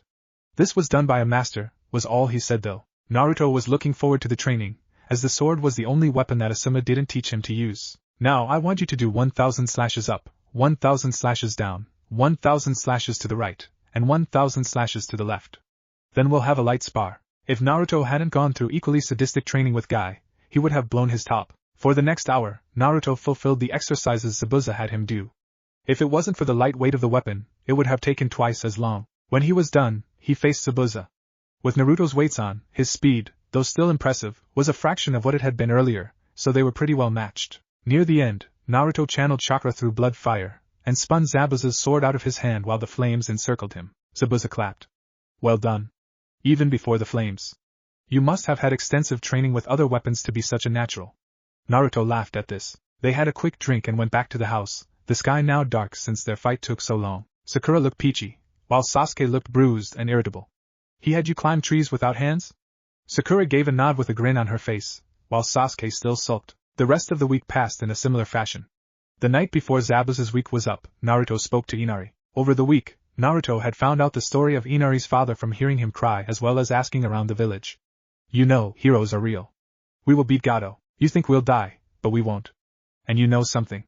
I don't think your dad would appreciate you just crying over his death instead of fighting back and helping your grandfather. Inari looked at him for a long moment, his eyes watery. I know that, but it's a bit hard to do when you're going against someone who's invincible. So try harder. The solution was so simple that Inari almost laughed at it. He ate his dinner and went to bed, thinking on how his dad always said to protect what you love with both your arms. The next day, Tazuna, Zabuza, Haku, and Team 7 were greeted at the bridge by Gato's smug face in front of an army of thugs. Since Naruto had left a clone at Tazuna's in case a scout force came, all their worry was for themselves. Well, Zabuza. I see you have betrayed me. Zabuza called out to the dwarf, you were going to betray me anyway, so I decided to beat you to the punch. Plus, they make a convincing offer. Gato laughed, seeming to think he was invulnerable. In case that happened, I had a backup plan. I found another one of the 7 swordsmen of the mist. Found him just wandering around with some weird cloak with his buddy. Both of them agreed to come. He directed their attention to a pair standing near the railing. A pair with black cloaks with red clouds. A pair that consisted of Kisame Hashigaki and Itachi Uchiha. Hello, Sasuke. Itachi said with a grin on his face. Itachi. Sasuke was so consumed with rage and hate he was reduced to shouting. Itachi, he added again, sounding like a broken record in front of hundreds of thugs and his friends, and not looking like he cared. My, this is interesting. We only came along to humor this little man before we killed him, and now my brother and my charge are right in front of me. Playing with victims pays off. Gato stared at the weasel-like man with incredulousness. He actually had the nerve to snort. Kill me? But I paid you. I own you, this time the blue-faced guild man in a cloak answered. I don't know which is more pathetic, the fact you think that was pay, or the fact that you think now we're just gonna do whatever you want. I should get you with Sharktooth right now. So saying, Kisame grabbed the hilt of his famous blade. Now, Kisame. Be patient. Let our friends have the honor. Besides, I think you should save that blade for Naruto here. Kisame looked at Naruto for several minutes, while said boy stood like a statue, recognizing the men and the cloaks they wore. Akatsuki had been a priority for Naruto ever since he had discovered its existence. When Jiraiya had popped into town for a book signing, he had told them all he had learned from his spy network. In exchange for Sarutobi giving him protection from the angry mob of women who had been chasing him at the time. Sasuke, be quiet. If we're going to get them, surprise is needed. Kakashi, take Zabuza and Haku and take care of Gato. Sakura, protect Tazuna. Kakashi almost protested, but he stopped himself when he looked at Naruto. He had come to read the expressions hidden in the hood, and what he saw stayed his tongue. This wasn't the sweet, kind Naruto who had shown off his moves to impress everyone. This was the Naruto Danzo wanted. This was a cold, emotionless weapon. Naruto's youth had flown out the proverbial window, just as the 2 swordsmen miles away at Tazuna's had flown out the literal window thanks to Naruto's clone. Yes, was all Kakashi could manage. He walked toward the army, with Zabuza and Haku trailing as Sakura backed away. Aren't you worried? Haku was checking his senbon in their holsters. He'll be fine. Kakashi revealed his eye without missing a beat. Zabuza just loosened his sword. In this way, they walked right up to the thugs. Then all hell broke loose. Zabuza just started swinging. Go big and scary and they'll be too scared to dodge. He skewered them by the dozens. Haku formed his infamous ice mirrors and picked off the thugs one at a time, while all they could do was staring at either the mirrors or Zabuza. Kakashi went covert, just getting all the guys before they saw him. And if anyone did, his Sharingan saw them before they even moved. In short, Gato was left defenseless all in the course of 5 minutes. Kakashi couldn't see Naruto's battle through the mirrors, but he didn't bother. Now listen here. I'm Gato. Zabuza walked right up to him with a kunai in hand. Just shut up, you narcissist, greedy, useless man. With that, Zabuza plunged the kunai right through Gato's head. He too fell to the ground, like his cannon fodder before him. That was almost too easy. Kakashi laughed at Haku. Hey, don't get cocky. The real bad guys were never in here. Naruto stared at the Akatsuki duo. Sasuke had calmed down, but just barely. Naruto released his weights. Silently. No need to show off anymore. Sasuke, stand back. The power I'm about to unleash could be dangerous up close. Sasuke snapped out of it and stared. But he dutifully complied. In their mind, Kyuubi said, Kit, are you sure? You've never gone past 2 tails. Yes, I can take it. Putting his hands in the prayer-like seal, Naruto yelled release. With that, the seal holding back the tails loosened enough to let 3 through. The effect was instantaneous. The very air shimmered with the power emanating off Naruto. Spare bits of plaster on the bridge floor flew past, while those surrounding him almost flew off too. Itachi's eyes widened, Kisame swore, and Sasuke just stared and thought he makes the Hokage look like a child. Where does all this come from? After a few seconds, Naruto reined it in, so that it was all contained in his body, though the air around him still vibrated. Under his cloak, 3 of his tails glowed purple. Blood fire appeared, while Sasuke was still gawking. Sasuke, I'm going to link us. You'll share my power. Be careful with it, and use it to keep Itachi busy. So saying, Naruto drew a seal on Sasuke's forehead with his own blood, in a way that didn't allow Sasuke to see his hand. Sasuke instantly felt the enormous energy slam into him. After a while it dulled, but now everything seemed slower, more defined. He could see movements before they were made. Guess that should be expected. The Sharingan is a demonic Byakugan, and that was demon chakra. Just use it to distract Itachi more. Sasuke couldn't believe his ears. He checked his reflection in a puddle, and saw he now had Sharingan eyes instead of normal ones. And the Sharingan were purple. I'll ask what the hell all this is about after I kill Itachi. Naruto just nodded. They turned to face their opponents. Well, this is unexpected. But this is still good. Kisame, capture Naruto, don't let him intimidate you. I'll make sure my brother serves his purpose. Kisame just shrugged and turned to face Naruto. Naruto held blood fire in preparation. Over the last week, he had completely incorporated blood fire into his style. He had no doubt that Kisame would be no match for his new Kitsune blade style. He just hoped Sasuke could hold off his brother until Naruto could start helping. Naruto and Sasuke both took off, while Naruto was more careful with his speed. At 3-tail speeds you had to be careful. Nanoseconds were your usual time frame, and if you weren't cautious, you could end up as so much bloody stains on the ground. Sasuke could literally feel the wind on his face. He was going so fast that the air seemed to be a physical barrier. Before he knew it, he was in front of Itachi. Sasuke watched with his amazing eyes as Itachi's eyes widened. Very slowly. Snail's pace slowly. Sasuke punched him through the chest. Itachi puffed into smoke, again, as slow as a snail. This Sharingan is phenomenal. While Sasuke was doing all this, Naruto had time to deliver 1,000 slashes to Kisame, decapitate him, throw Sharktooth into the ocean, and finally burn the body before so much as one drop of blood hit the ground. Sometimes I hate this speed.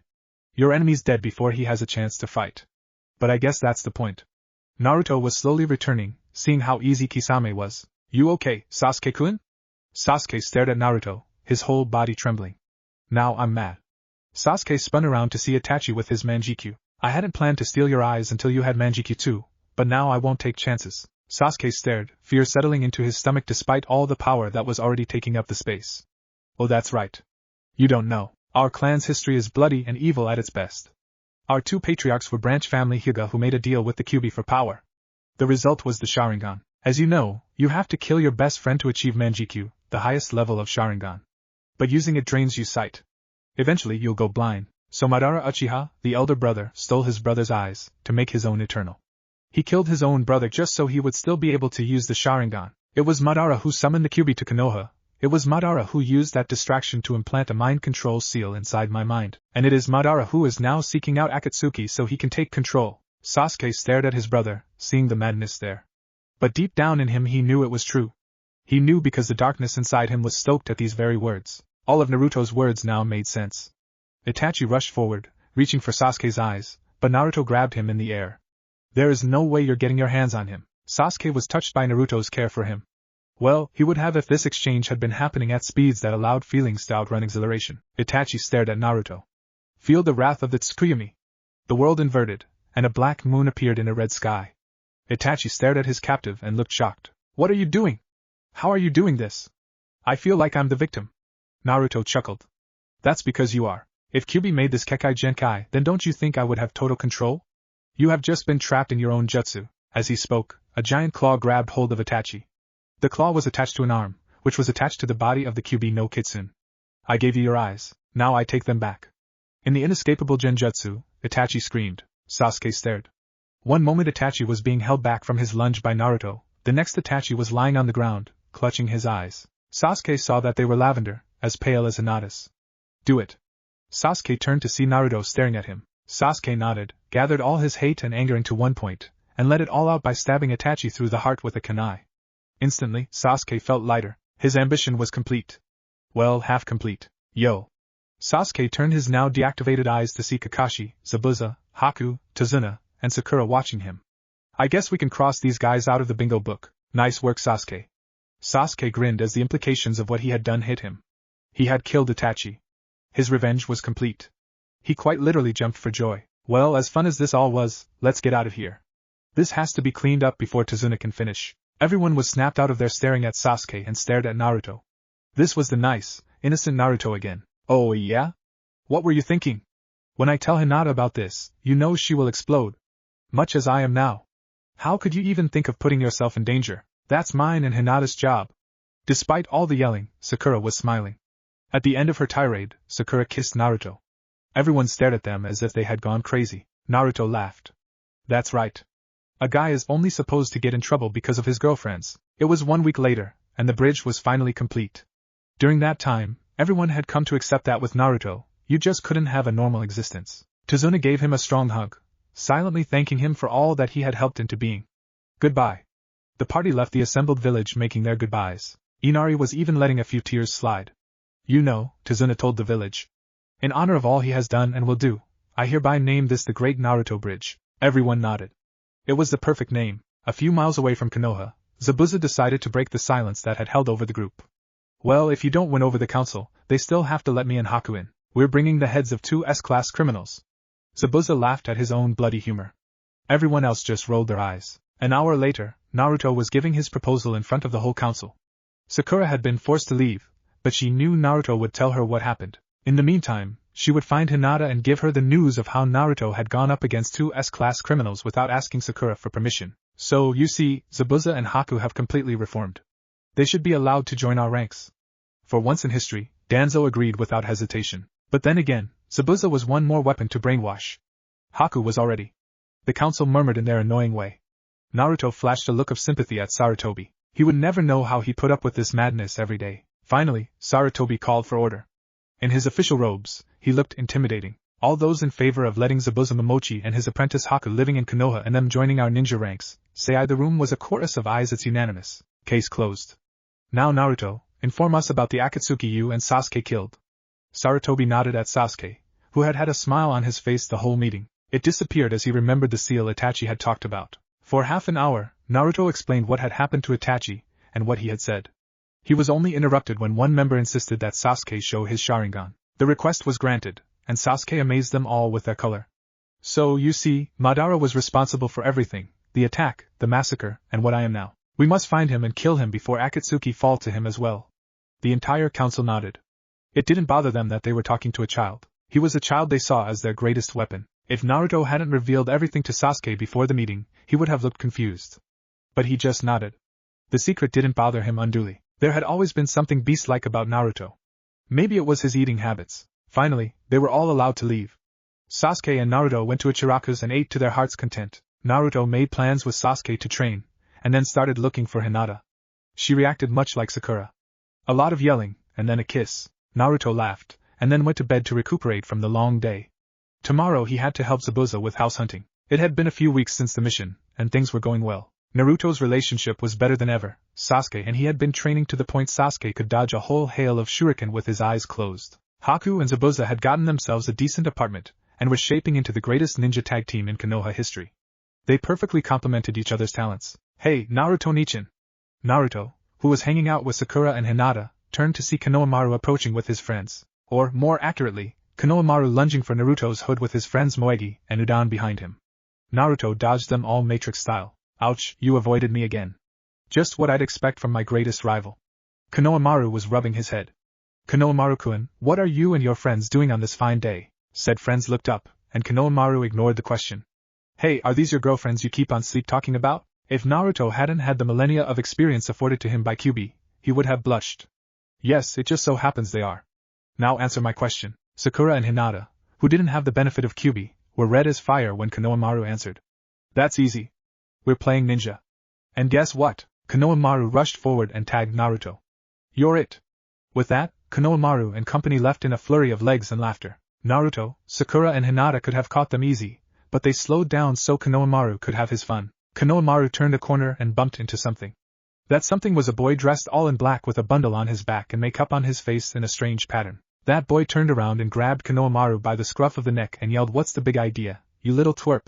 Before this black-clad boy got an answer, 2 arms broke free of his bundle and put him in a full Nelson. What the hell?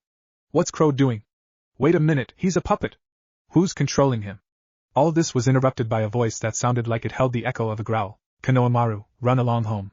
After this was spoken, Crow let go of Kankuro, for that was who he was. Kankuro looked up to see Naruto before him, in all his cloaked glory. Behind him, Hinata and Sakura were itching to go into their respective stances. Who are you, that brat's keeper? Naruto gave a chuckle. That chuckle sent a shiver down Kankuro's spine unlike any he had ever felt. No, I'm Konohamaru's protective adoptive brother. Before this little repartee could continue, a voice called out from behind Kankuro. What kind of trouble have you gotten yourself into now, Kankuro? The puppet master turned to see Temari walking up the lane in all her four-bun, lavender-clothed beauty. This twerp bumped me, but before I could punish him, this guy shows up and uses Crow to make me let him go. Temari looked intrigued. Are you another puppet master? Naruto shook his hidden head. I just happen to know how to use the jutsu. What's going on here? This was spoken by a voice that made the two sand ninja, as Naruto saw from their headbands, cringe. Naruto saw a pale-faced boy with pale green eyes and a gourd strapped to his back approach. His blood-red hair matched the shade of the kanji on his forehead for love. His voice seemed to come from the abyss itself. It was as cold as ice. I was just saying hello to you fine sand shinobi. In for the chunin exams, I take it? Sakura and Hinata, who were used to their boyfriend's deductive skill, were not surprised by this assumption. The two, however, looked confused and just a little scared. The newcomer didn't even flinch. That is correct. Now, what is your name? Sasuke left his hiding place in the trees to join the conversation. It's polite to give your name first before asking for someone else's. The boy's eyes were as emotionless as ever. I'm Gaara no Sabaku. Now, who are you and your friends? The boy spoke the word with just the tiniest bit of disgust. Naruto heard it loud and clear. Sasuke smirked. Despite having killed his brother, he still had some of his old arrogance. I'm Sasuke Uchiha. Naruto continued the introductions. I'm Naruto no Kitsune. Gaara turned his attention to Naruto. They appraised each other for several minutes. Everyone else held their breath. I'll kill you. Gaara turned to leave after this morbid statement, but was stopped by a shimmer in the air. He turned around to find the alley deserted except for Naruto. What is this? Naruto spoke calmly, as if he were talking to a spooked animal. I know of the burden you bear. I know because I bear it too. So saying, he removed his hood. Gaara's eyes widened and in a voice not his own yelled Kyuubi. Kyuubi took over the job of speaking. Shikaka no Ichibai. What are you doing to your host? He looks like he hasn't slept once in his life. Gaara had regained control enough to ask what is this. Naruto spoke this time. When I was very small, the entire village hated me. I knew they wanted me dead. I never knew why. Then, on my 4th birthday, they almost succeeded. That was when I met Kyuubi for the first time. He gave me a choice. Merge together and live or die and let me always be remembered as simply the demon child. Gaara was clutching his head at this point. I know you have gone through those harsh looks, those mutterings, that undeniable feeling in your gut that you don't have a reason for living. At that time, I was more than willing to just die, to hell with what they thought of me. And then I realized something. Naruto slowly walked forward and put his hand on Gaara's shoulder. He looked up with tears in his eyes. If I protected them, if I nurtured them, if I loved them, then I would have a reason for living beyond any other. To care for others before myself would give me that feeling I hoped for, that feeling of being, of belonging. I know you crave for that feeling too, and I know that you have strived for it through killing. Naruto tapped his nose. Your sand stinks of blood, Gaara. Try to love instead of hate. Try to heal instead of maim. Do this, and you will find your reason for existing. Gaara nodded, only thinking of how this boy who now resembled a fox had changed his life. There was another shimmer, and Gaara found himself being picked up by Kankuro and Temari. They quickly let go. No, wait. They paused, and then were shocked beyond comprehension when Gaara hugged them both. Down the alley, Naruto turned to leave. He really should make a business out of changing people's lives. So, any of you want to back out? Kakashi had assembled the team by the bridge where they usually met. The purpose was to ask them to participate in the Chunin exams. As far as they were concerned, it was in the bag. Sasuke was not the same stuck-up brat who graduated. Sakura had been training non-stop, and Naruto was Naruto. No? Alright then. Meet in room 301 of the academy tomorrow at 9 o'clock. You'll take the first part of the exam there. Inwardly, Sakura groaned. Leave it to Kakashi to leave everything to the last minute. In a gust of air, Kakashi was gone. I have got to learn how to do that. Sasuke thought in slight envy. With that, the three of them parted ways. Sakura went home. On her bed, she found a case wrapped with a red bow. Confused, she opened it. Attached to the bow was a note. Happy anniversary. May this remind you of who you are inside. You may also find it a great weapon. At the bottom of the note was a picture of a fox. Sakura smiled. She had forgotten. Curious, she opened the case. Naruto woke up. Today's the day. Nothing like doing tasks we could do when you were an infant. Naruto smiled slightly. I was never an infant. No infant has gone through what I had to. Naruto cut off the connection and got dressed in his voluminous cloak. This time, it wasn't just his fur he was hiding. Over the past week, Naruto had covered his body in a complex summoning seal that didn't interfere with the restricting seal already in place. The seal allowed him to summon blood fire from any point on his body, even when it was already in this realm. Naruto planned this would help in case anything actually managed to sneak up on him. As he passed the kitchen, Sarutobi called out, "No using your mind. The test's supposed to be about information gathering." Naruto rolled his eyes. 1/10 of a second later, he was at the academy. Sasuke was there early, and Sakura was approaching as Naruto appeared. He gave them both a nod, lingering on Sakura's. As one, they entered the building. On the third floor, they were met with some resistance. 2 Chunin were blocking the door to the antechamber. Already there was Guy's team, Rock Lee, Tenten, and Niji Hyuga. Naruto had nearly killed himself from hearing his taijutsu master drone on and on about his most favorite student. Naruto was shocked, actually shocked, for the first time in years, at seeing Lee. He might as well have been a mini-me of Guy. "I told you. Let me in. My youthful energy cannot be used if I am not in the exam room." The boy even used Guy's philosophy. Naruto silently sent up a prayer to all the gods and demons, known and unknown, that Lee wouldn't make Guy a grandson with one of his students. The green spandex-wearing youth charged at the door again.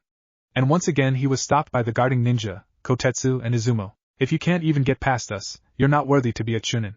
The weapon mistress on the team, Tenten, shook her head, muttering, "Why do you have to be so loudly?" Niji just stood there, impassive, impatient to get the exam started so he could pass it. Naruto walked over. "That is true. Someone who couldn't get past a simple door doesn't deserve to be a Chunin. However, this is the wrong door." The other teams waiting by the door looked confused. Sasuke stepped in. "I mean, come on, this is only the second floor." Now the other teams were really stumped. "This was the third floor, right?" Sakura, whom specialized in genjutsu, finally spoke up. "If you all fell for such a simple genjutsu, then passing should be a snap." With barely any effort, all 3 of them dispelled the jutsu. The 2 guards were hardly impressed. "They have Hokage-sama's son on their team. I'd be insulted if they didn't figure it out." Leaving the other teams to marvel at their own stupidity, Team 7 took a detour to the third floor. Rock Lee followed them, though only Naruto noticed, as was often the case. When they came into a chamber large enough to have a good fight in, Lee showed himself, with as much flair as Guy would. "Halt! I wish to bout with you. My name is Rock Lee, the Leaf's handsome devil." Almost lazily, they turned to face the bowl-cut boy. Sasuke smirked. "Do you mean me or Naruto?" Lee jumped down to ground level. "You." The boy in the cloak. "You should provide an actual challenge than the pampered Uchiha." Sakura scoffed under her breath. Who in their right mind challenges Naruto or insults Sasuke? It seemed that Lee had keen hearing, as he turned his attention to Sakura, and instantly hearts replaced his eyes. "Hello, my love, I shall give my life to free you from these insufficient guards." A vein throbbed in Sakura's expansive forehead. Love? Guards. She would have spent a few minutes being pissed off, but at that moment, Lee started shooting air kisses at her. Horrified, she tried to dodge all of them, even practically bending her spine to dodge the last. Naruto intervened before things got out of hand. "Please stop, she's already taken. And as for your first question, I politely decline." Lee snapped out of it, and stared at Naruto incredulously. "Very well then, I shall force you to fight." With a war cry, Lee charged forward. "Give the twerp a taste of his own medicine please, Kit." Naruto almost laughed. Kyuubi had said please perhaps twice in his 10,000-year lifespan. But Naruto complied, downing Lee with his own move, Leaf Whirlwind. When the boy stopped being dizzy, he sat up, a look of anger on his face. "How dare you use my own move to embarrass me in front of my love?" Naruto shrugged. "Aren't you gonna ask her for her name instead of just calling her my love?" Spots of color appeared on Lee's cheeks. Rushing forward, Lee suddenly disappeared. Allowing a small smile to grace his mouth/nose, Naruto avoided the kick aimed at the spot where his head used to be. In a stunning display of gracefulness and flexibility not meant for humans, Naruto twisted himself into a position to return Lee's move. As he kicked the taijutsu apprentice into the air, he yelled, just for the heck of it, "Leaf Shadow Counter, Primary Lotus Reflection." In a second, Naruto was behind Lee in the air, as if he were his shadow. From behind his cloak, Naruto's tails came out and started to wrap around Lee. "Stop!" Just in the nick of time, Naruto avoided the pinwheels headed in his direction. Though to say they were pinwheels was like saying the shards form a bomb were fragments. They were thrown at a speed that Naruto would find hard to dodge, short of loosening the seal. Sakura, who had been watching Naruto with a kind of possession, Sasuke, who had been taking mental notes, Lee, who fell flat on his back, and Naruto, who had landed in a way to make swans look clumsy, turned to find a giant red turtle with a leaf headband around its neck at the other side of the hall. Then, the turtle spoke. "Naruto! What do you think you're doing?" You know you are only allowed to use that counter if the same conditions as the move itself are met, to protect the one you love. Sasuke raised his eyebrows, but he wasn't too surprised. After seeing Naruto, a talking turtle wasn't too far out of the realm of imagination. Naruto bowed to the turtle. Nin came. Lee here was moving in on Sakura-chan. Lee looked to Naruto, then the turtle, then back again. How do you know Guy-sensei's summoning? Because I taught him. In a puff of smoke and firecrackers, Mato Guy appeared in one of his more ridiculous poses. Sakura's hair stood on end. This guy's eyebrows make that boy's look small. Lee instantly stood at attention. Guy-sensei. Naruto laughed. Really, Guy, what possessed you to use that pose? The last time you did, I was numb for a week. Sasuke looked at Naruto, then Guy. So this was Naruto's taijutsu master. Sasuke thought he was the most ludicrous man he'd met. You're one to talk. You attempt the primary lotus just because my student, was flirting with one of your girlfriends? Despite knowing it would accomplish nothing, Naruto blushed. Something about Guy threw all of Kyuubi's expertise out the door. Guy-sensei, if I may ask, how do you know my new eternal rival? Oh great. Now I get to see how Kakashi lives day by day. A smile broke out on Guy's face. Your new eternal rival, and I'm so proud you found one, is none other than Naruto no Kitsune. Lee turned to Naruto with a mixture of apprehension and awe. You mean this is the one who trained harder than I did when he was just 4 years old?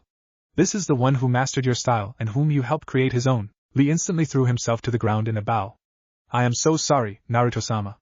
I had no idea who you were when I challenged you. I beg you forgive me for intruding in your love life and forcing you to degrade yourself to my own lesser style. Your style is stronger than the iron fist, more graceful than the gentle fist, and altogether too great for even me to attempt. Sasuke was thoroughly confused by now.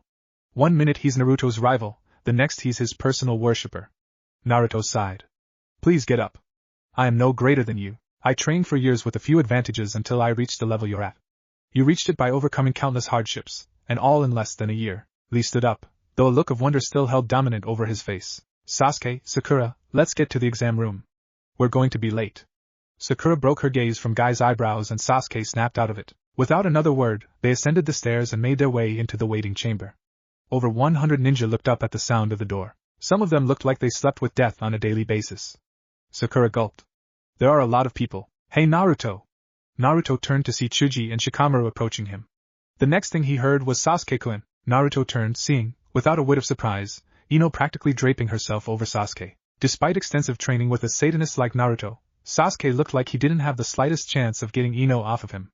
Hello Naruto-kun. Thanks for the anniversary present. Naruto hugged the newly appeared Hinata, while Kiba gave an extremely lifelike wolf whistle. Akamaru gave a friendly what's up. Shino, as always, was silent. Well, looks like we have some fresh competition. The whole Rookie 9 turned to face the speaker. He was a silver-haired boy, nearly a man, with glasses, and clad in blue pants and a shirt, with bandages covering the rest. Naruto saw through the genjutsu on the headband. This was an agent of Otogekure. Naruto decided to let it play out instead of confronting him. Who are you? Sasuke asked, giving the aged teen a ninja's once-over. Naruto had been training Sasuke, among several other things, how to activate his Sharingan without letting it fully turn on. Judging from the concentration of chakra in the hands, the Sharingan can see chakra, though mainly to predict movements. Sasuke guessed the ninja either used chakra to increase strength or heal. I'm Kabuto. I've taken this test before. 7 times in fact. If you want some information, I'm your guy. So saying, Kabuto pulled out a deck of cards. These cards contain info on ninja stats, the shinobi villages, and ratios of ninjas to total village population. Anyone you want to know in particular? Naruto already knew this stuff like the back of his hand, so he let Sasuke have his turn. Tell me about Gaara no Sabaku, and how about yourself? Sasuke would have asked about Rock Lee, but Naruto could tell him that. Very well, Kabuto, with the air of someone who practiced it many times, drew 2 cards from the deck. They were blank until he poured chakra into them. Gaara no Sabaku, son of the Yondaime Kazekage. On a team with his older brother and sister. He's had several A-rank missions, as well as B ranks and even some S ranks. According to my data, he's come through it all without a scratch. Then he showed them the next card. Kabuto Yakushi, yours truly. Over 100 D-rank missions with some C ranks. My specialties are the healing arts and genjutsu. Naruto decided to rattle this 4-eyed man's cage. Tell me about Otogekure, the village hidden in the sound. If Kabuto was surprised, he didn't show it. He pulled out another card. It revealed a 3D diagram. The village hidden in the sound. It's a relatively new village. As far as I know, they've only sent 1 team. In my opinion, they won't last the first round. Naruto was impressed how good Kabuto was at keeping his disguise. The sound team, within hearing distance, would now probably attack Kabuto. The assumption came true. The sound team, dressed mainly in lavender and bandages, came forward. The leader's head was so covered you could only see one eye. He was wearing a brace with holes on his right arm. The other male looked arrogant, and for reasons Naruto couldn't guess, he had a hole in each palm. The kunoichi had raven black hair and had a saban holster. "Are you insulting our village? You'll learn to stop that," the leader said. He swung his brace at Kabuto, who dodged. Naruto heard a high-pitched tone, too high for human ears to hear. It escalated whenever the brace was swung. After 2 or 3 swipes, Kabuto was chuckling, until his glasses cracked and he started coughing up blood. Sasuke, whose eyes were still on halfway Sharingan, had seen the sound waves, while Sakura just used her smarts to figure it out. Everyone else was left out of the loop. Before Kabuto could recover, a voice Naruto knew yelled out, scaring the shit out of everyone within a 100-yard radius. "Listen up, you maggots. From now on your lives are mine." Everyone turned to see a scared man wearing his headband like a bandana standing in front of about 10 or 20 chunin. "I'm Ibiki Marino, and I'm the proctor for the first third of the chunin exam. Each of you shall draw a number and sit in the corresponding seat in the next room. I'll explain in there." Eventually, everyone was seated in the next room. Naruto was sitting next to Hinata, who curled her leg around Naruto's. Naruto just let Hinata have her fun, since he had been seeing more of Sakura lately. Ibiki walked up to the chalkboard and wrote out the rules as he spoke. The first stage of the chunin exam is a 10-question test. For every wrong answer, you lose a point. If you are caught cheating by one of my sentinels, you will lose 2 points. You must have at least 5 points to pass. If any members of your team fail, you fail along with them. I will not give the 10th question until the last 15 minutes of the hour I give you. As soon as you receive your test, you may begin. Naruto took his test and looked it over. For him, Sakura, and Shikamaru, this could be done by brainpower alone. For everyone else, they would have to puzzle out Ibiki's message and cheat without being caught. Apparently Kiba was smarter than he looked, because Akamaru was already barking the answer to the first question is 13 times 5y divided by z. Naruto grinned, and then closed his eyes. He smelled the ink around the room. He focused his chakra to his nose, singling out a specific area. He fine-tuned it until he could read the characters the hidden chunin was writing through scent alone. Naruto smiled, and copied the answers. This was a breeze. 45 minutes later, Ibiki stopped the test for the 10th question. Naruto had alternated between amusing himself with everyone's cheating methods and making things more fun for Hinata. Kyuubi's mating season lasted 4 months, so Naruto was maybe a bit more aggressive than he meant to be. Luckily, Sakura didn't mind since Hinata had hogged Naruto in the past, and Sakura had taken special alone time payback as well. Around half of the teams had been eliminated by too obvious cheating. During a free moment, Shikaka sent a private message to Kyuubi. "I've let him sleep, and have stopped messing with his head. Am I all clear?" Kyuubi sent a silent maybe. You could practically feel the anxiety rolling off Gaara. "Okay, before I hand out the 10th question, there's something you should know. If you get it wrong, you automatically fail, and your team cannot take the test or even apply of the chunin exam ever again." Temari was too snappy to just mumble in shock. "What do you mean we can't take the test again? There are lots of people here who've taken the test before." Ibiki smiled a smile that could make even Orochimaru's spine crawl. "The other times, I wasn't the proctor. Now you can leave now or you can stay and risk being a genin for the rest of your natural life." Naruto had to give Ibiki his props. He played with your mind until it was you torturing yourself. Several teams left, not wanting to take the risk. Naruto was glad no one he knew raised their hand. After everyone who was going to leave left, Ibiki closed the door and smiled, this time in a kind way. "Congratulations, you all pass." Exclamations exploded all around the room. While Ibiki explained about how a ninja must gather information and think about his team first, Naruto went through a countdown in his head. 321 at that moment, the window exploded. For Kunai shot out, pinning up a sign that said, "Hello, I'm the proctor for the second part of the exam." Accompanying the sign was the infamous Anko Mitarashi. She wore a tan jacket, open, over fishnet covering. Her hair was in a short ponytail, and was a dark purple color. She also wore one of the shortest skirts Naruto had ever seen. Before Kyuubi could even think, Naruto thought, "No way in hell or earth, you pervert fox." Kyuubi just growled. Snakes weren't his type anyway. "Hello, I'm Anko Mitarashi, and you're all dead." Then she actually surveyed her audience. "Ibiki, what did you do wrong? There must be 70 genin still left." Ibiki sighed. "Anko, for once, could you pull off an entrance that didn't draw every eye for miles?" Anko just shrugged, making the free guys in the room stare even more at her assets as they bounced. Naruto shook his head, glad he was already taken. "Listen, you little twerps, when I'm done with you there will be less than half of you surviving. Meet me at training ground 44 tomorrow at 9 o'clock. With that, she left the room out the gaping hole in the wall. Ibiki dismissed them, but not before showing them the scars his bandana covered. Naruto was glad he had hundreds of memories of carnage, or he would have been sick. The next day, the remaining teams were assembled outside a large forest near Konoha. Naruto was just waiting when Temari walked up to him. Listen, whatever you did to Gaara, I'd like to thank you. He's practically a saint now, always helping us and trying to be nice. I just wanted to show my thanks for bringing me the brother that I should have had." Instead of Temari stopped herself from revealing Gaara as a Jinchuriki. Then she leaned forward and kissed Naruto. He would have dodged, but that would have been inexcusably rude. Temari touched her lips, having felt the fur, but then she nodded, as if she had finally realized exactly what Naruto was. When she walked away, Sakura walked forward. "Not thinking of leaving me and Hinata for her, are you?" There was an unmistakable tone of bitterness in her voice. "Never. Besides, I turned her brother from a killing machine to a kind person. A thank you kiss is hardly going to steal me away." Sakura was silent, and then she said, "If you can date both me and Hinata and still be the perfect guy, one more girl couldn't hurt." Naruto went hot, and then felt fuzzy, because Temari's kiss had the same spark as Sakura's and Hinata's. "Thank you for permission, but she's from the sand. I can hardly date across countries." Sakura smirked, and said under her breath that you can cross the village in the blink of an eye. A country shouldn't take more than 2 heartbeats. This discussion of Naruto going from a 2-girl man to a 3-girl would have continued, had not a kunai just then been thrown at Naruto. He dodged as if this happened every day, and it did. Several times. Still, it served the purpose of drawing Naruto's attention. He turned, and then jumped away as Anko appeared, pressing herself to Naruto's back. Naruto said, once he recovered, "Bad form, Anko. I know you're the physical torture expert, but aren't the facts that I'm 12, the Hokage's adoptive son, and a boyfriend protection?" Anko laughed. She didn't seem to mind the first name terms. "I'm trained to do my job without caring about any of those barriers. But anyway, I was speaking, and you weren't paying attention." Naruto would have retorted that in fact he had been, and was simply able to talk to Sakura at the same time, but he kept his mouth shut. "As I was saying, this training ground is known as the Forest of Death." She stopped then, because she was being handed back her knife by a tongue. The tongue belonged to a genin from the grass country, or so they appeared. Naruto instantly froze. It was just an outline, but Naruto saw through the jutsu to see the real person underneath. Orochimaru, the man who had killed over 100 shinobi and experimented with their bodies. The man who had left the village.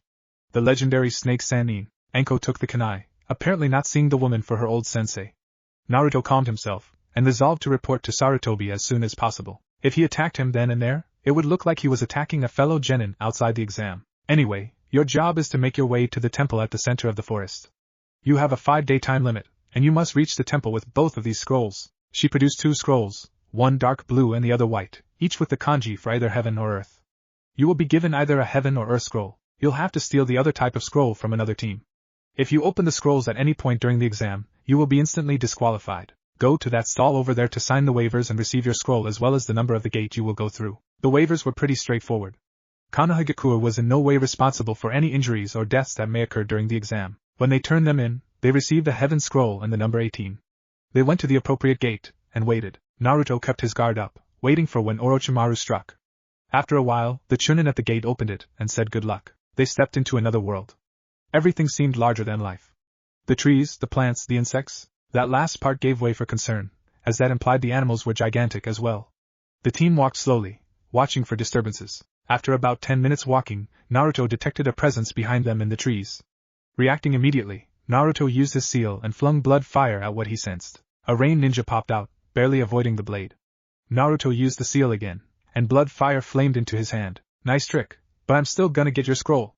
Apparently the boy was confident he could do this alone, because Naruto didn't sense anyone else. Sasuke activated his Sharingan, and drew a kunai while Sakura reached into her pouch. Flashback. Sakura opened the case to find that a beautiful 20-petal Sakura blossom was inside. Next to it was another card. Sakura picked it up and read it. "I grew this specifically for you. You can control the petals with chakra, as well as replicate and harden them. Basically, it's an endless supply of shuriken by itself. Love, Naruto." Sakura picked up the delicate flower. Experimentally, she poured some chakra into it. Instantly, the petals straightened, looking sharper than before. After a little trying, she separated the petals and controlled them in the air. Sakura smiled. "Thank you, Naruto." Sakura pulled out the Sakura Shuriken, as she had named it. She separated the petals and sent them all towards the Rain Ninja, making them split in half for double the projectiles. Without a prayer of escape, the Rain Ninja was run through with 40 shuriken. Sasuke delivered the coup de grace by ramming his knee into the genin's face as he fell. He felt the cartilage give way. Naruto reeled blood fire back into the seal. "Well done. See if he has an earth scroll." Sasuke walked forward while Sakura reassembled the blossom. "Do you like it?" he asked her, with the air of one hoping he got the right gift. "It's perfect, just like you." Sasuke interrupted this little flirt session. "He has a heaven scroll, we don't need him." The team walked forward, more cautious now. After an hour of avoiding bugs and poisonous plants, it happened.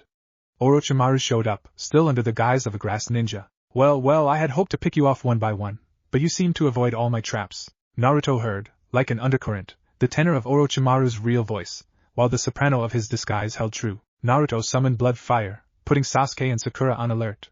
I know who you are, so why don't you just drop the disguise? Orochimaru seemed surprised, and then he grinned. He pulled off the woman's face, revealing his own, and ran a hand over his headband, revealing the sound headband. I must say I'm impressed. I was planning on taking the Uchiha, but maybe Sarutobi-sensei's adoptive son would be a prize too. Sasuke gripped his kunai tighter. He had resolved to right his clan's bloody ways, but he was still classified as merely the Uchiha instead of his own person. Well, let's begin. Orochimaru vanished into the trees. The team followed, staying in a defensive position. Out of nowhere, a giant snake appeared. Naruto and Sasuke impaled it with their weapons, but it disappeared in a puff of smoke. Naruto turned around, hoping his hunch was wrong. It was right. Orochimaru had Sakura by the neck with a kunai.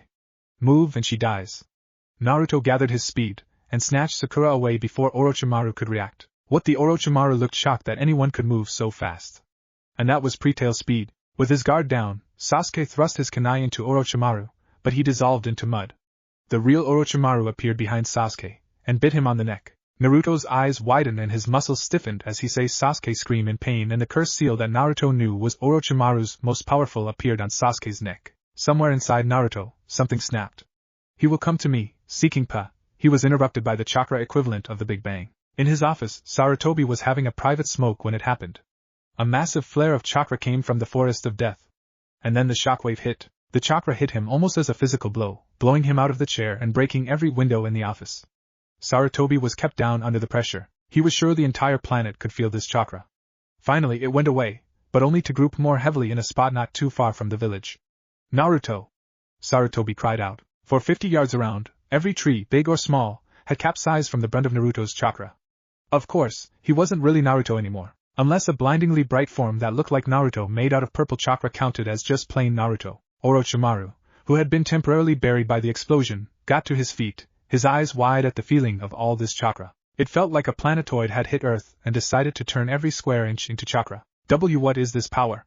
Naruto laughed, and the sound echoed as far away as Konoha. This is the power of Naruto no Kitsune, after he has completely released the seal holding back 9/10 of his chakra. Orochimaru's eyes widened. The boy would have been on par with him before, and now it was revealed that the boy had been at 1/10 of his strength. Sakura, who had emerged with Sasuke in her arms, looked at Naruto with something akin to terror. What's happened to him? Naruto summoned blood fire, and then turned to Orochimaru. You put a curse seal on Sasuke. For that, you shall pay. Octillionth of a second by octillionth of a second. Naruto dashed to Orochimaru. He felt as if he didn't have a physical body anymore, that he was simply an embodiment of pure power. Careful, Kit, you need to stay alive. Naruto took what Kyuubi said and took a moment to consider how to banish Orochimaru to oblivion without disappearing into the ethers afterward. Finally, he decided on how to do it without scattering himself to the winds. Instead of merely pushing all his power into Orochimaru and thereby destroying him, Naruto took a different approach. He came up before the snake, and then used the most powerful move he would do in his life. He flamed up blood fire and delivered 1,000 strikes at a power level that would make a Kage's look like kid stuff. Then he doubled the power and brought down 2,000 slashes. It continued in this fashion until Naruto had delivered 45,000 blows in all, and had used enough power to destroy a planet, let alone one man. For all intents and purposes, Orochimaru was destroyed down to the subatomic level. Naruto collapsed, having expended all his power in the assault. The last 100 slashes or so might actually had been slow enough to be seen. He heard Sakura cry out his name, but he had already retreated into the cold blackness that was the sanctuary of unconsciousness. Sakura didn't know what had happened. 1 second Orochimaru was there, and the next he wasn't. She rushed over to Naruto. His cloak was gone, so she saw his full form. She was too worried to even process the fact that his only article of clothing was gone. She checked his pulse, and thanked every god in heaven that there was one. Struggling, she picked him up, along with Sasuke, and fled for a place to rest. Animal speech. Sakura sat in the hollow of a large tree, even by the standards of the forest of death. In fact, on any other day, Sakura would have marveled at the size of the hollow, which could have been mistaken for a small cave. However, at that moment, the only thing occupying Sakura's thoughts was keeping the most important person in her life alive. Sakura wetted a cloth with the small amount of water she had and dabbed at the lovely red-orange fur of her beloved. She had covered Naruto with a blanket, partly out of modesty, partly out of a pathetic effort to offer comfort. Sakura was using all her strength of will to keep from crying. She did not know what was wrong with the boy she already thought of as the most precious thing in the world. She thought back to the already worn memory in her head. The man Naruto called Orochimaru biting Sasuke, the godlike surge of chakra from Naruto that made Sakura want to curl up and die under its vastness, and then Naruto on the ground, Orochimaru nowhere in sight. Sakura had next to nothing in the terms of medical knowledge. But even she could see that Naruto was suffering from fatal chakra exhaustion. He barely breathed, and his body was covered in burns visible through his thick fur.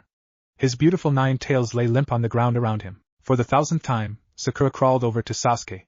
The boy was unconscious, but in a way that exuded sleep rather than a coma. Sakura carefully lifted her teammate's neck to stare at the mark burned into his neck.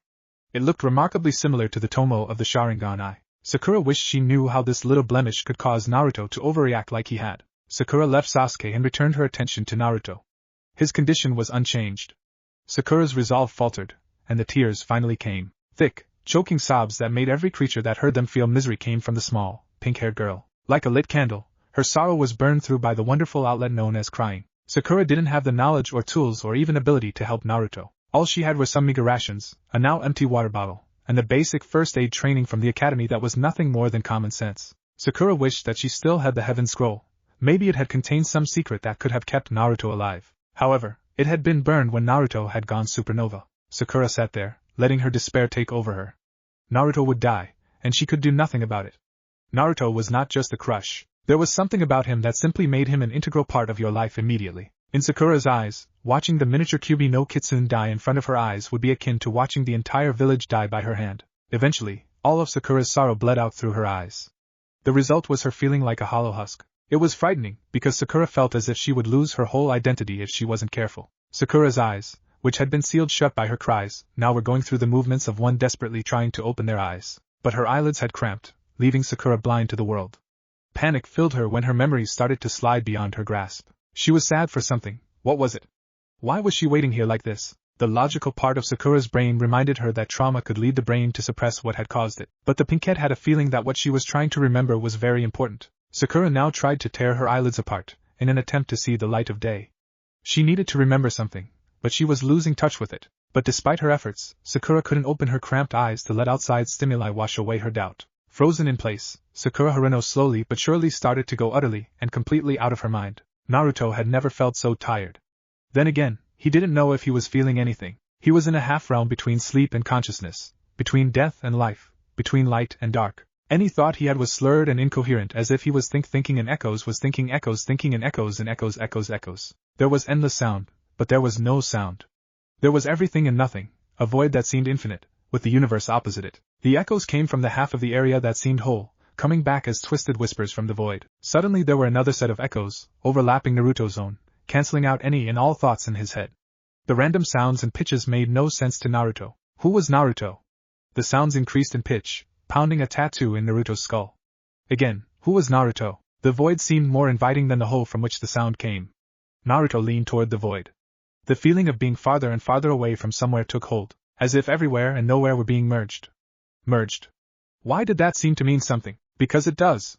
Naruto sat up ramrod straight.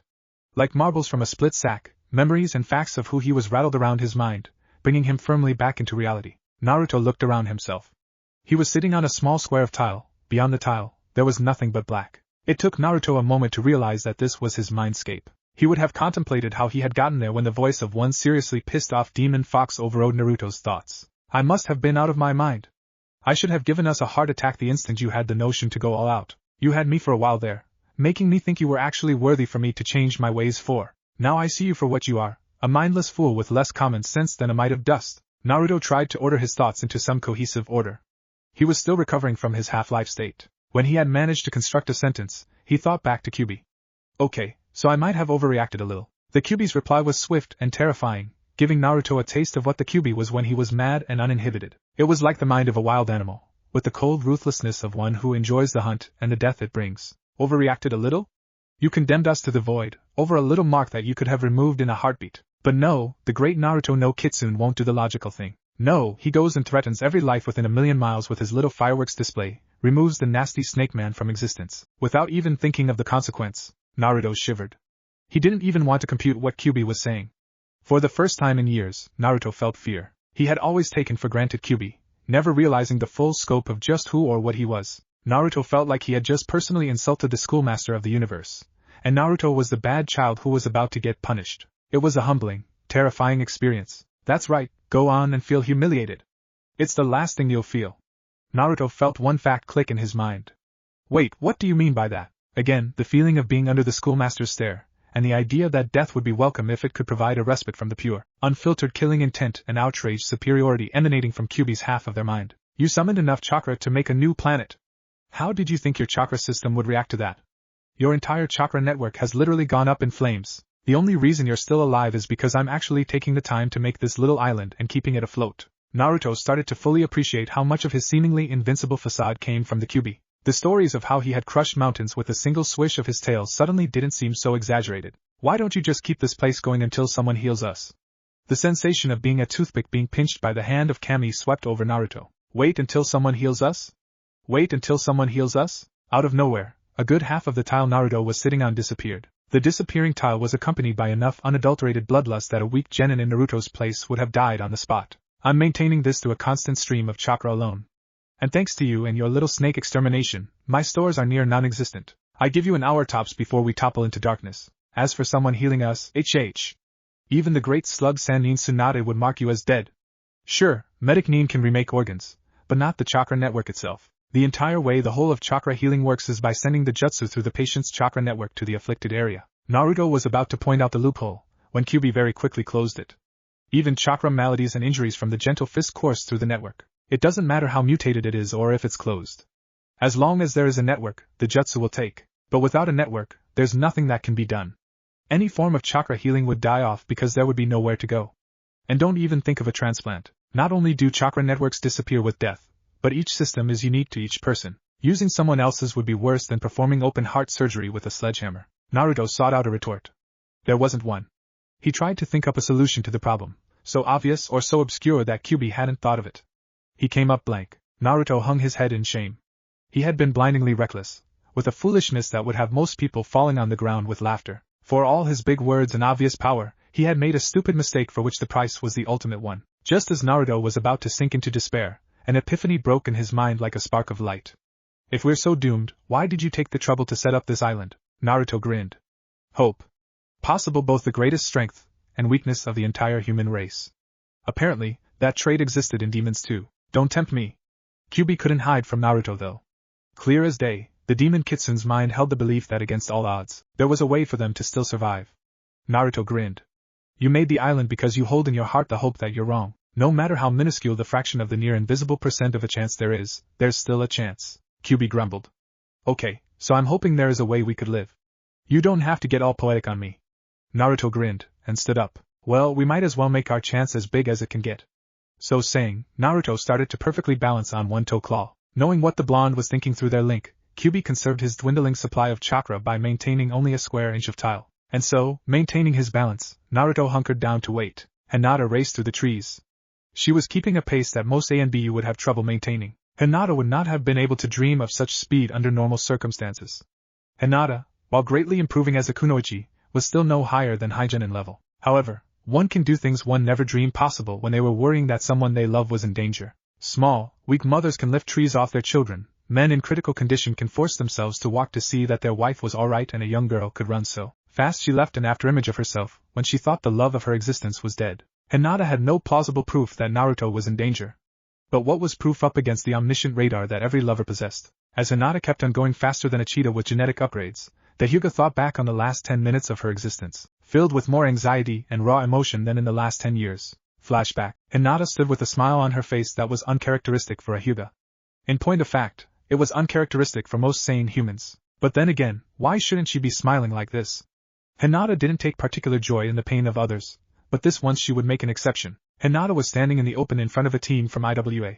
Under normal circumstances, this would have been considered suicide, but when that team was crying and begging Hinata to spare them while they were trapped by razor-sharp blades, it was decidedly not normal. Hinata looked at her new gloves again, the third time in as many minutes. They were a deep purple, and felt like silk, except sturdier. They were shaped like a woman's formal gloves. At the end of each finger was a piece of metal. The base was a circle of steel that was decorated with ornamental markings. Sticking out from a depression in the center of the base were bits of chakra-sensitive metal shaped like cat's claws, sharp on all sides so that a cut could come from anywhere on the claw, not just the point. Or at least they had been a minute ago. Now, the claws had extended with the flow of chakra Hinata put into them. Hinata had never used the gloves before, but she was a natural. The instant she had released chakra into the claws, she had skillfully arranged her fingers so that when the claws shot out, in a straight line to be clear, they had trapped the team of IWA shinobi against the tree in such a way that any attempt at escape was futile. To be more specific, depending on how they moved, any one of the IWA that tried to escape would cut off at least one of 6 appendages. Both arms, both legs, the head, and well, if you're male you can probably guess what the 6th one is. Understandably, the IWA team was freaked out. Kiba whistled under his breath, while Akamaru whimpered. Shino, as always, was as unresponsive as stone. Hinata yelled at the IWA, "Do you have a heaven scroll?" One of the IWA, the leader based off how the other two turned to him, cried out, "No, we have an earth scroll, but please find it in your heart to let us go alive. Oh great and powerful Hyuga-sama." The IWA captain was literally crying. One might think this was pathetic, especially from a ninja from an elemental country famed for its emotionless shinobi. But Hinata's left ring finger claw was so close to his manhood that as he involuntarily twitched from standing in the awkward position he'd assumed to avoid Hinata's claws, the metal caused shallow cuts in his sack. So, the young man was appropriately fearing for his life and legacy. Hinata scowled dramatically, then pretended to think it over. "Okay, go, but remember how close you came to dying today, and know that I could do it again very easily." With that chilling statement, Hinata cut off the steady flow of chakra to the claws. The pieces of metal quickly retracted, until they were no more than an inch long. The IWA team took a second to get the blood flowing normally back to their limbs, and then ran off into the forest as if Kami himself were chasing them. Kiba waited until they were out of earshot, then spoke up. "Hinata, don't ever do that to me. The council should label that move as an S-level kenjutsu." Hinata, lacking a bunch of males cowering before her, had reverted to her normal self. As such, she blushed in embarrassment. "It wasn't that bad, was it?" Akamaru whimpered again, emphasizing what was coming out of his master's lips. "Are you kidding? If I had been in their position, I would have screamed bloody murder, then would have passed out." Shino spoke up, in a cold calculating manner that was somehow worse than Kiba's humorous fear. "Hinata, I honestly think that the council would approve that ranking." That of course made Hinata almost faint at the thought that she held a weapon that would have males begging her to spare them. For a brief second, Hinata envisioned a world with her as the unquestioned dictator. But it passed. Kiba's voice was not as panicked as before, but there was still a thin vein of fear in his voice when he asked, "Where on earth did you get those anyway?" Hinata smiled as she thought back to that day. Flashback within flashback. Hinata had just made it back to the Hyuga compound after a hard day of training. She silently made it to her room, feeling odd as she always did when people stopped to acknowledge her with a quiet "Hinata-sama." Seriously, it wasn't like she was royalty. Her sister didn't get this kind of treatment. An inferiority issue aside, Hinata walked into her room and was surprised to see a small box laid out on her bed. It was a bright red, with a violet ribbon. On top of the box was also a small, open-up card. Curious, Hinata walked forward to inspect the package. Seeing the familiar handwriting, Hinata grabbed the card and read it. To Hinata, it read on the front. A slight blush on her cheeks, Hinata opened the card to see what the message was inside. In a fluid yet scratchy scrawl, the result of trying to hold a pen in claws, Naruto had written to Hinata, "Happy anniversary. May this gift remind you of both the lady you are and the warrior you need to be. Half my love, Naruto." Hinata grinned and opened the box. And flashback within flashback, Kiba whistled. "Where does Naruto get that stuff?" Hinata just grinned and shrugged. The team most likely would have gone on to find another team to confront had not enough chakra to power every light bulb in the universe for the next century blasted into them. Hinata was instantly on the ground, her knees collapsing under the physical pressure the chakra gave off. Hinata knew what chakra it was instantly. Only one person wielded a chakra that made you want to laugh and cry at the same time from the sheer amount of conflicting good and evil inside it. "Naruto!" Hinata screamed in her head. As quickly as the surge appeared, it vanished. The instant that Hinata could think clearly, her head and heart filled with a bottomless fear and panic. Without warning, the lavender-eyed heiress raced off into the forest, heading for the epicenter of the chakra supernova she had felt. Shino and Kiba following belatedly after her, yelling questions at her that she didn't bother answering. And flashback, and that's where she was now. A good 100 yards behind Hinata, Kiba and Shino tried to keep their female teammate in sight. They were having a hard time of it. Kiba had reverted to his sense of smell to follow his teammate, since his eyes could barely perceive her. Shino followed Kiba, his logical mind for once coming up blank as to why Hinata would run off toward the source of a veritable chakra supernova. Hinata remained oblivious to her team, focusing entirely on channeling all her fear, anxiety, and dread into manic energy. Sarutobi was racing through the forest of death, still in his official robes and hat, with an ANBU team behind him. The instant that the old man had picked himself off the floor, he had summoned the best ANBU team he had. 2 heavy attackers, 1 long-range fighter, and the absolute best medic nin in Konoha besides Tsunade. All of them wore monkey masks to show their loyalty to Sarutobi. Sarutobi translated is literally flying monkey. Suppressing his anxiety for his adopted son, Sarutobi had explained, "We are going to investigate the chakra surge from the forest of death. If it came from who I think it came from, we are to bring him to the Hokage hospital immediately. The medic among them was shocked by this. The Hokage hospital was a private center hidden in the shadow of the Hokage monument. Only the Hokages and their most trusted allies were treated there. It was, of course, state-of-the-art. It was rumored that Tsunade had first become interested in the healing arts when she had been treated there for the Ebola epidemic that had occurred 40 years before. She was cured in less than a week, a full 2 months ahead of the villagers who didn't die outright who'd been treated at the regular hospital. The person Sarutobi thought had created the surge must have been extremely important. Without further ado, Sarutobi himself had taken off toward the Forest of Death, his team getting into a V formation with Sarutobi at the head. They were going as fast as Sarutobi could go without breaking his brittle bones, which to the old man's rage was pathetically slow compared to his speed just 10 years prior. Being a senior was hell. Team Guy was moving with post-haste towards where the chakra supernova, let's just call it that, had originated. Normally, they would have avoided it completely, thinking it the work of one of their enemies, except it was familiar to a certain branch member of the Hyuga. Niji did not particularly care for the main branch, and he absolutely despised Hayashi, but he did take notice of what happened with his uncle's immediate family. He knew that his sister Hinata was dating the adoptive son of the Sandaime, and he had detected traces of an unusual chakra on her after her dates. Naturally, Niji took note of the chakra's versatility, and decided that the mysterious boyfriend was unique. So when Niji was just sitting around with Tenten and Lee after an hour of reconnaissance, and he had sensed, or rather been blown away, by that same chakra on a massive scale, the Hyuga had naturally assumed that something had happened to the Hokage's son, and so had come to investigate. Not surprisingly, when Niji activated his Byakugan, he was blinded by all the traces. Tenten followed because of natural curiosity, Niji being the unofficial leader of the team, and because of her own personal feelings for the boy. They were undeveloped, and Tenten didn't know what to make of them, but she knew she felt something for Niji, and so trusted his explicitly. Lee simply followed through the desire to see who had given off, in his own words, such a large fountain of youthfulness. Any living thing within 10 feet when he said that sweat dropped. Ino was being dragged through the forest. She wasn't being literally dragged, but it felt that way.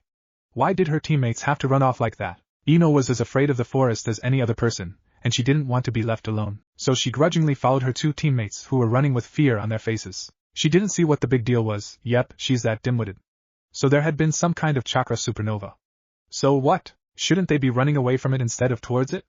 But no, her lazy partners decided now of all times to use their energy, and ran off towards the source. Ino pouted, unseen by the lazy genius and chubby boy in front of her.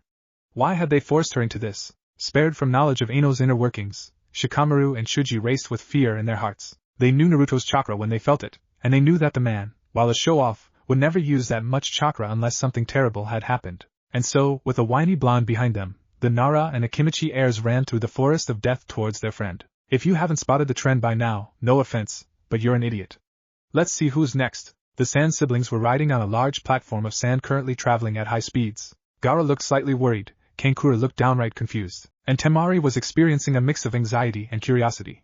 I know that all you haters out there will notice I'm using the same words over again, but just be thankful that I'm updating at all. I could easily just forget about this and spend more of my time writing down new ideas that will probably never get updated. Okay, that came out wrong. Back to the story. Before this unusual mode of transport had started, Gaara had been fighting a team from AIM.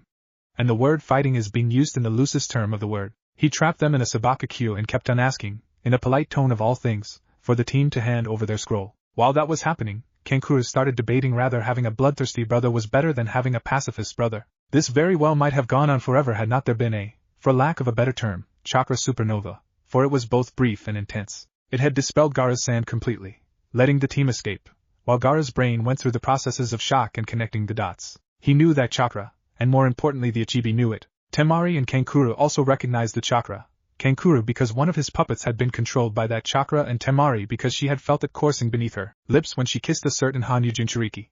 Therefore, they weren't too surprised when Gaara had created the platform underneath them and headed toward where the supernova had come from. All of them were wondering what has happened. Start the dramatic music. Maybe it was fate, maybe it was just a coincidence, but all 5 parties arrived at the exact spot where Naruto exploded at the exact same time. Surprise was the general emotion. The Konoha teams were shocked to see the Hokage himself in the forest. Sarutobi and his ANBU were surprised that all these teams had shown up, and the Sand siblings were startled that all these people had dared to come near the chakra supernova. Sarutobi, through years of experience, had learned to completely mask his emotions and become totally professional. He decided that now was the time to employ that skill. What are you all doing here? Most everyone, aware that they were in the presence of the most powerful man in the village, stayed silent. However, Hinata wasn't entirely herself, and so did something very uncharacteristic, yell out in panic. Where is Naruto?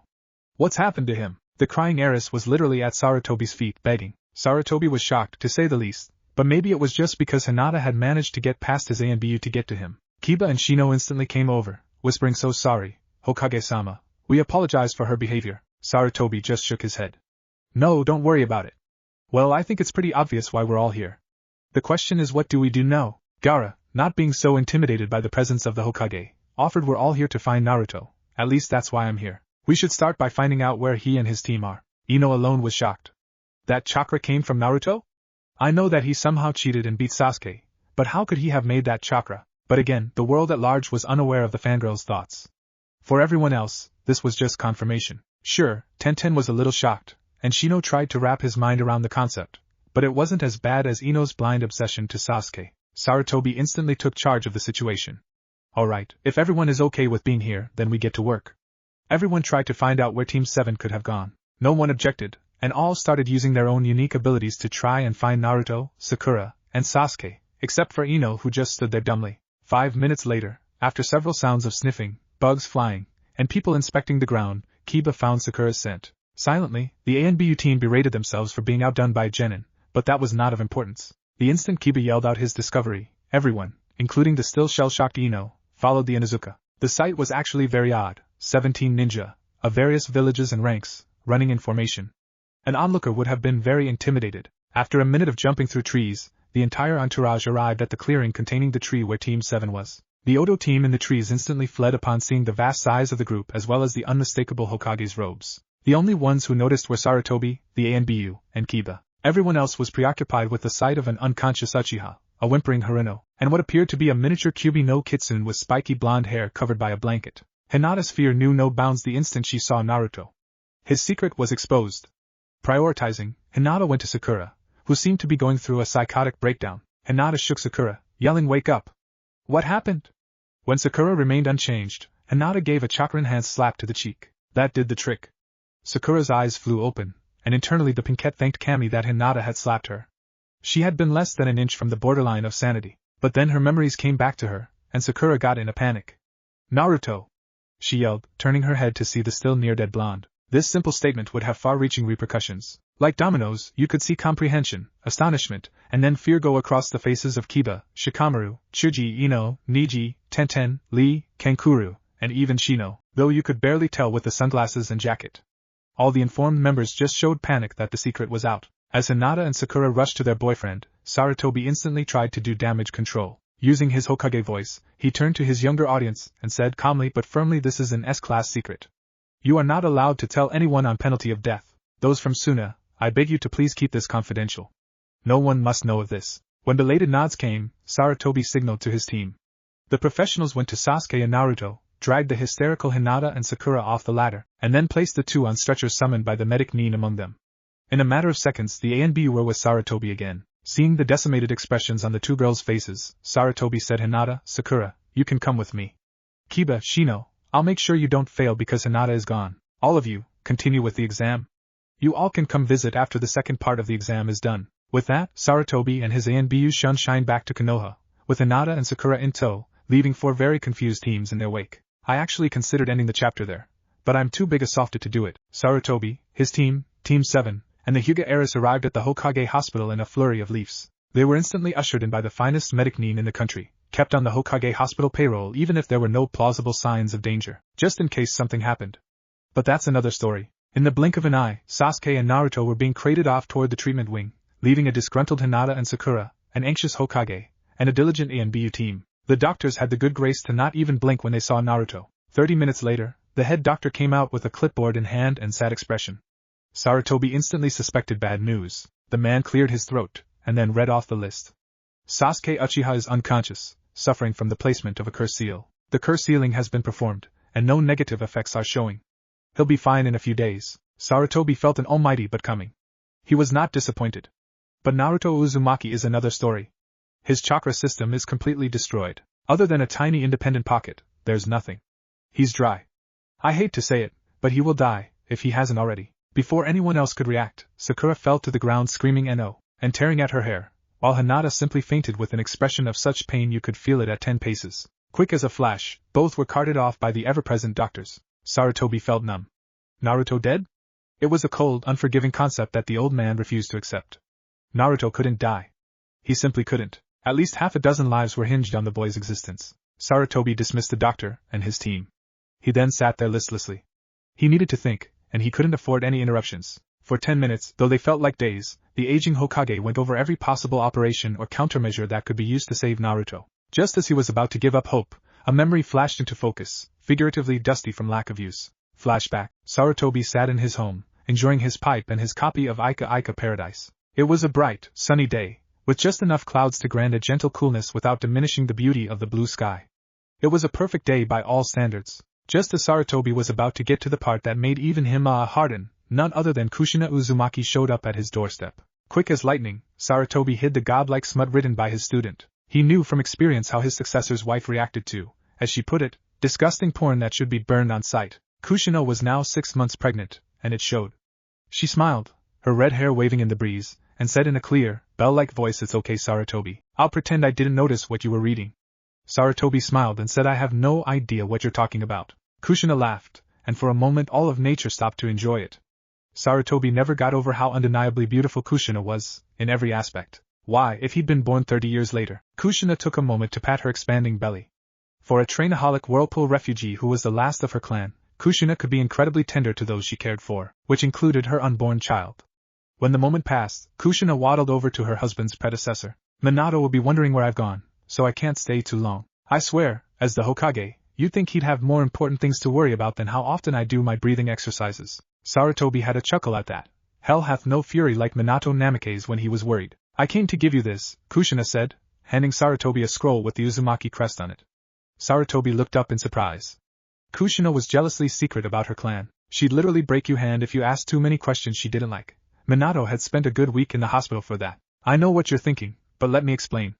After my clan died, I learned a whole new meaning for contingency plan. Anything could happen to me or Minato, and I can't just naively assume that I'll live to teach my child about my clan. That scroll is a copy of my clan's history and our various jutsus." Sarutobi opened his mouth to protest, but Kushina displayed her uncanny ability to know what you're thinking.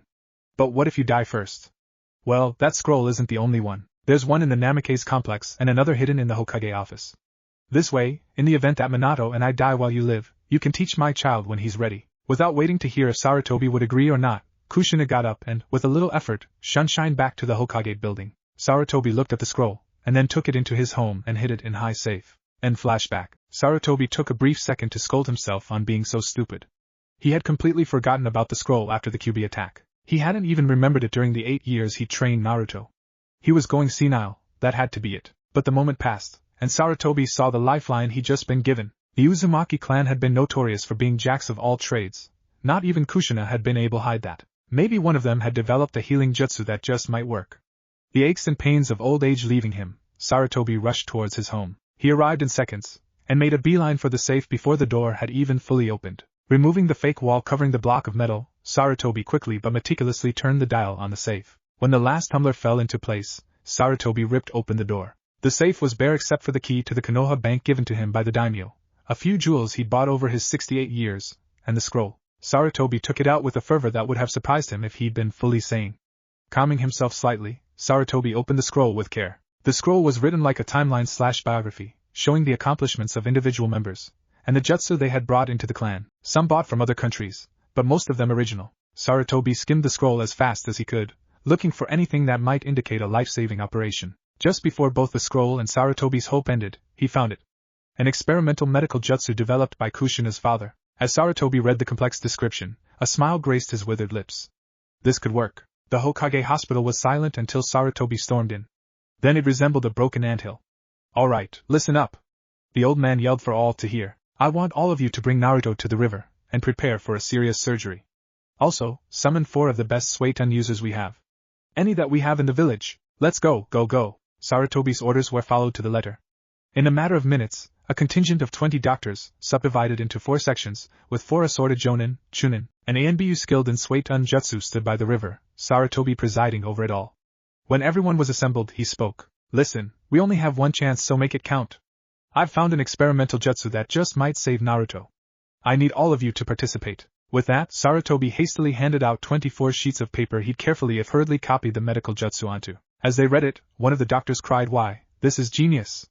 Sarutobi couldn't agree more. The sentient whirlpool healing. It had taken 5 years of Naruto's grandfather's life to develop.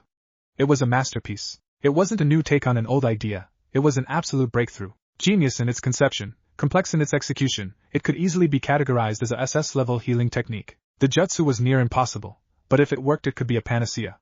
Description: a whirlpool would be created over the patient. 4 teams of 5 medic-nin would channel a different kind of subjutsu into the whirlpool, making it sentient and a living thing. The whirlpool would allow them to mix perfectly, until the whirlpool entered the patient via the mouth. Once the water entered the patient, it would spread until it was present throughout the body. Then the whirlpool would completely scan the patient's body, assessing every single thing that was wrong, and then would fix the problem by turning itself into the appropriate material, be it blood, bone marrow, or tissue. The beauty was that it didn't use the chakra network as a medium, and therefore could possibly be used on Naruto. When everyone seemed to have memorized the jutsu, Sarutobi yelled out, "Okay, get ready. We start the instant you're in position." The 24 ninja complied, getting into the formation described in the scroll. The 4 Suiton users went through hand signs with perfect synchronicity, ending at exactly the same time yelling whirlpool. Almost instantly, water from the nearby river flowed through the air, until it formed a whirlpool over Naruto, a perfect rotating cone of water. The first team of medic-nin went through their seals and yelled knowledge. A stream of multicolored light flowed from them into the whirlpool, a complete knowledge of the human body, sustained and transported by chakra. The second team did their jutsu, which was diagnostics, the ability to analyze what was wrong. The third team did transform, for the ability to change into what was needed, and the fourth team did drive, the desire to actually help Naruto. The whirlpool was now a mass of swirling light. Each team showed signs of fatigue, but they continued on. Eventually, the whirlpool turned into the described shade of green. With that, the medic-nin ceased their jutsu. Now came the part that could go wrong. The Suiton team altered the whirlpool so that it flowed in a stream into the open mouth of Naruto. Sarutobi waited with bated breath. What if something went wrong? What if the whirlpool wasn't alive? What if it did nothing? But it was too late for doubts now. Sarutobi watched as Naruto's entire body glowed green as the last of the whirlpool flowed past his lips. Did it work? Naruto was now afraid. Kyuubi's chakra would go out in 10 seconds, and no sign of help was there.